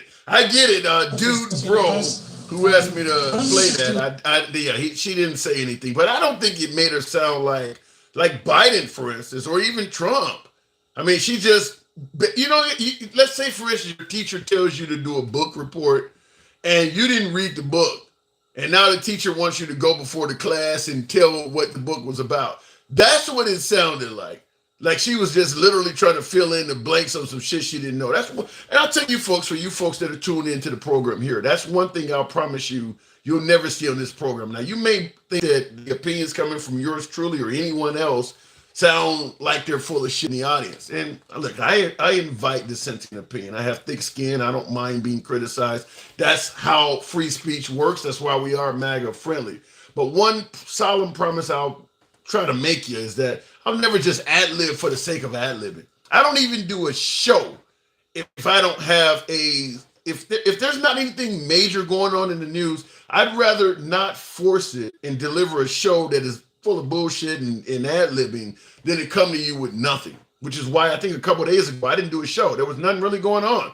So yeah, I don't, what she is doing sounds like a bunch of ad-libbing. It literally sounds like she's just trying to fill time and space. But at the same time, it doesn't make her sound like she's off a rock or has no cognitive abilities. I don't believe that part. I hate non-Tim says. What does that mean, Gregory? I hate non-Tim says. I don't quite get that. And I agree with you, but Dia, being prepared. I like the show to be organically entertaining, which is why I said earlier, I don't grift. I'm not soliciting all the time. And like I said, if there's not a decent, entertaining topic that is worthy of discussing, I'll skip that day and not do a show at all. I don't just come on here for the sake of coming on here. If we don't have something really entertaining to discuss, I'll skip that day, which is why some days you won't see me on. Tap the screen, get the likes up to about 230 on YouTube. I appreciate you folks rolling with your boy this late hour. By the way, we are MAGA friendly. We don't block, ban, or censor anyone. That's how the program has been ran from day one. We are liberal. Liberals can, we do allow liberals to get in here as well. Starting to hear more of them because my TikTok audience seems to be more to the left, but we are MAGA friendly. That's how the program started, and it always will be that way. We go left of Bernie Sanders to having to agree with anybody in the comment section. You damn sure don't have to agree with the host. Always like that. So if you enjoy free speech without the censorship, feel free to follow the program on TikTok, a subscription on YouTube, if you will. Going back to the box, I just want to say real quick, for you folks that do favor this, if you happen to be around, because this is a late hour show, Monday through Friday, 1 p.m. Central is when you'll find us. 1,300 hours, Monday through Friday is when the show normally goes. Starting to do some of these evening lives. Like I said, the support on TikTok is not as strong as it is during the day, which is why I favor the day. But my YouTube audience is just the opposite. All right, we're weird there. So let me go back to the box. We will go to one of my subscribers there, Gregory. Good evening, Gregory. Welcome to the program. So, so Kamala Harris, you think she got what it takes? I do think she has what it takes, and I just wanted to comment to my previous post about the says. I meant to say days, and I tried to fix it, but it was too late. Okay. I missed the days that you aren't on there because it's my nice afternoon thing. Oh, I appreciate it. Thank you for the support. Always happy to hear you folks tuning in. Man. Yeah, and like I said, I generally do a show Monday through Friday, but if it's a real slow news day, I don't want to just make shit up just to get on here and talk to you folks. I want something that's going to entertain you, get us talking. Certainly, if no matter what side of the aisle you're on, I want the topic of discussion to be worthy of discussing. So we don't just, we're not just going to come on here for the sake of coming on. Yeah, I completely understand. And back with the Kamala point, she's incredibly intelligent. She was an attorney. She was a DA. She was a VP. Like, I don't know what people are talking about she's unintelligent or she's stupid and not qualified. She's shown over her entire course career, and anything outside that is just disparaging to her ability as a nomination. So when folks constantly ask the question over and over again, why would you support Kamala? What has she done? What's making you pick her? What makes you feel like she has it? I know, you mentioned her, her performance as a DA or as a, attorney general, things like that in California. But like for instance, as a vice president, she really hasn't done much, and she's going to get a lot of criticism for the border. So what's making you vote for her, or leading you to vote for her? A lot of people always argue she didn't do a lot as a VP, but then my question is, what did Mike Pence do as a VP? Yeah. What did Joe Biden do as a VP? What did any VP do as a VP? They're not supposed to be in the limelight. That's not their job. Their job is to be there in the back and back their president. And in case the president passes or something negative happens, they can pick up the slack and take the role. Their job is not to be in the limelight and make a whole lot of waves. So you're never going to see everything they do, but she did go down to Central America and South America and find out why this was happening. And people say the whole borders are shit, but that's just another talking point to fight political arguments. So she found out, hey, we fucked their economy, and that's why it's happening. And also, everyone's saying that, look at the surge that happened under Joe Biden, but no one ever talks about the fact that, I don't know, COVID fucking ended. Yeah. And just the Remain in Mexico thing was a thing that Trump was allowed to do because of COVID. But do you feel that the Biden-Harris team is just as effective at border security as the Trump-Pence team was? I think that the border issue comes up every fucking election, and it's a complete moot talking point at this point, because every election, it's look at the border, look at the border, look at the border, every fucking time. The caravan's here, the caravan's there. It's never a thing. Yeah, there are people coming over. They're always coming over. So you don't see any. You don't. Coming over more now, but like it's always a fucking talking point during the election period. I don't know, because I think the minute Biden took office, the border has been an issue the whole time he's been in office. Even though we were nowhere near an election, they've been saying that Biden has been failing at the border the whole time he's been president. Yeah, probably. But they didn't bring up the border until like 2023. What do you mean? 2022, 2023? That's when they started being like, no, hey, look at the border. I'm pretty sure, at least, I mean, you don't watch a lot of right-wing media. They were criticizing Biden on the border from day one. So I didn't start following right-wing media until about 2020, late 2022, early 2023. So maybe that's my fault for not seeing. Yeah. Because I started doing what you do. I started following right-wing media because I've been watching you for 3-4 years, about 3 years. So, all that. But my main reason for Kamala, is the fact that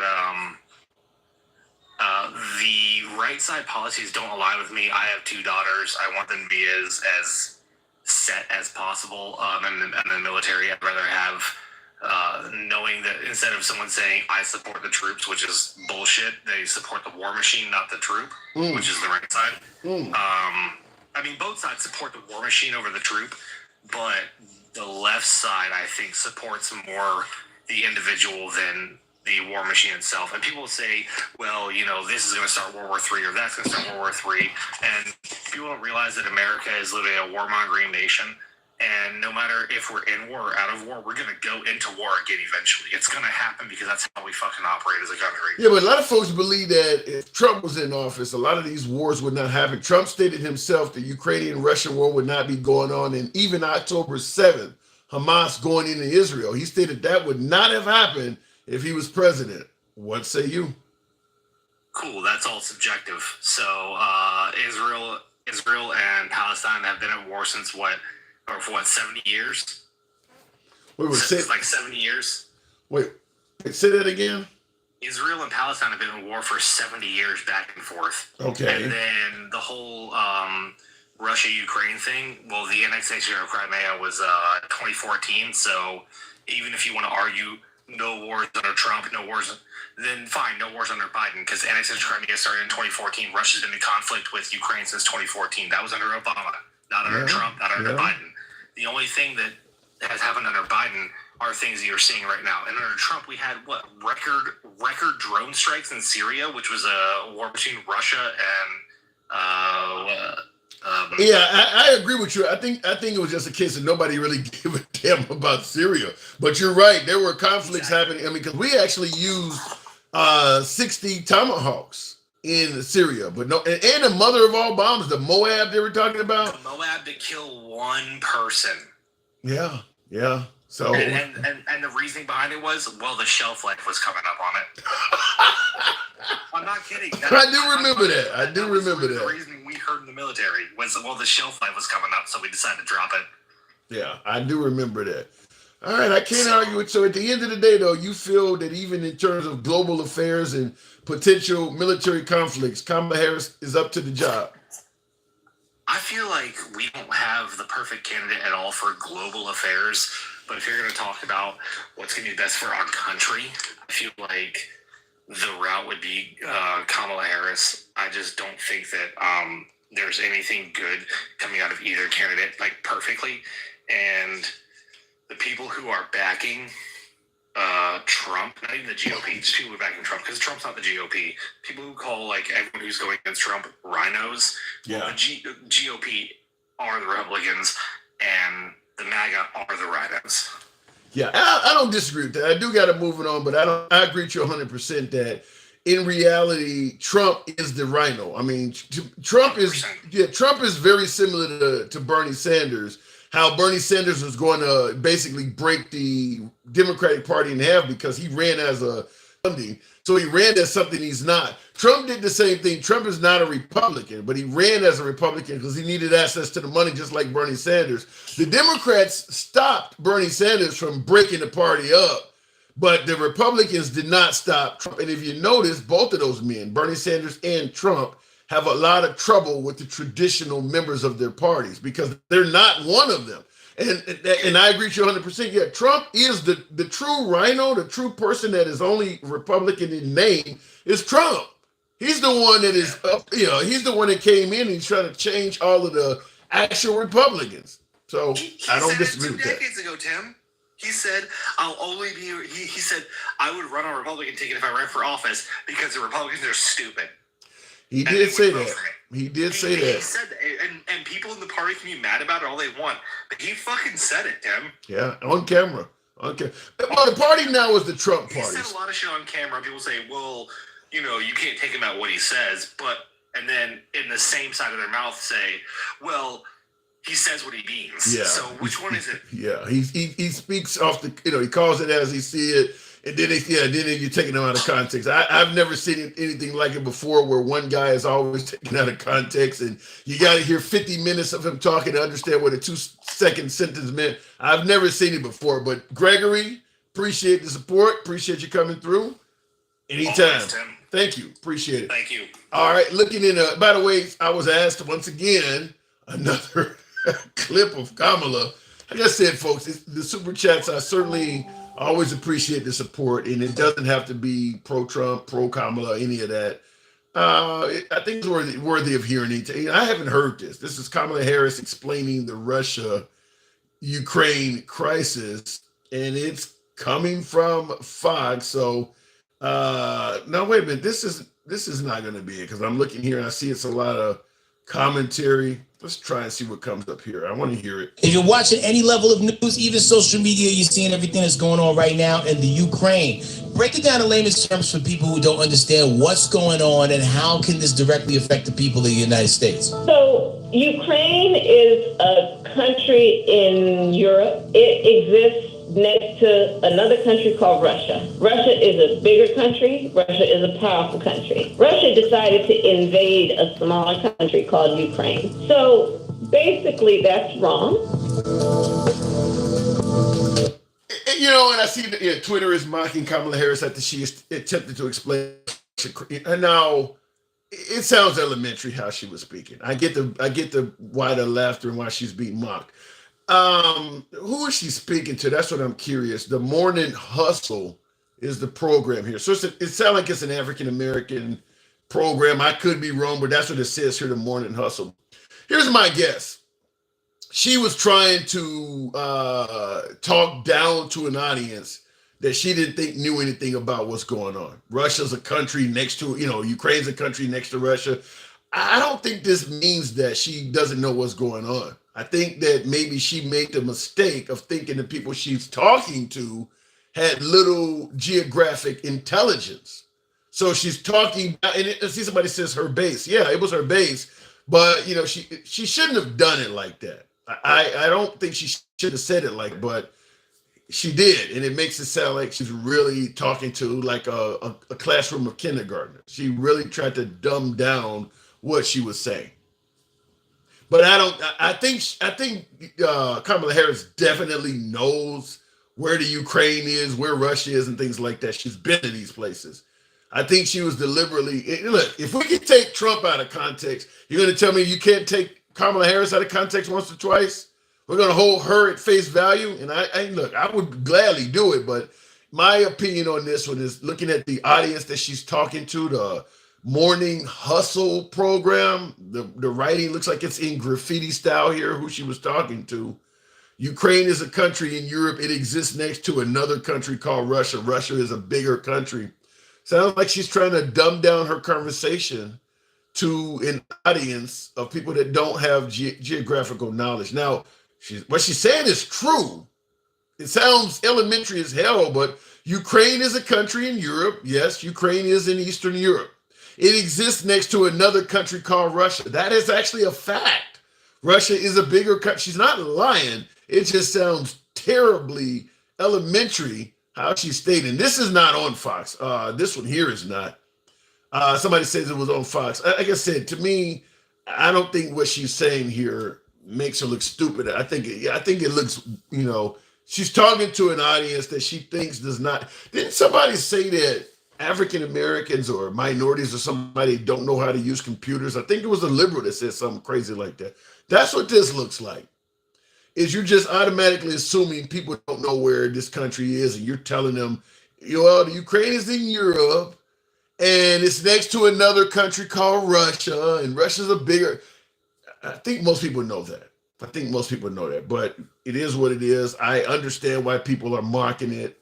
I'm going to assume the liberals would mock Trump if he got on air and said something that sounded elementary as this as well. So that's how politics works. Anyhow, folks, I do appreciate the small audience on TikTok and certainly the love and support on YouTube.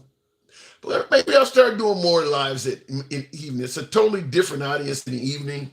Actually, I even brought out the notes from the day live to do this program because I just wanted to see what it was going to be like. And I wanted to let you folks know, for my YouTube audience, I am going to try to find a way to take your calls directly, and I think it's through Rumble. So if you have Rumble, I invite you to subscribe to The Handsome Liberal. That's the name of the program on Rumble as well. And hopefully we can make it work, because most of my MAGA audience is on YouTube, and I would certainly like to interact with you more. And if I can make that happen where I can chat with you, JDP, certainly you definitely, look, JDP, anything, look, I'll make a short for, because I said I'll make some shorts of some of you folks who are generous enough to the program. Yeah, your questions, JDP, thank you.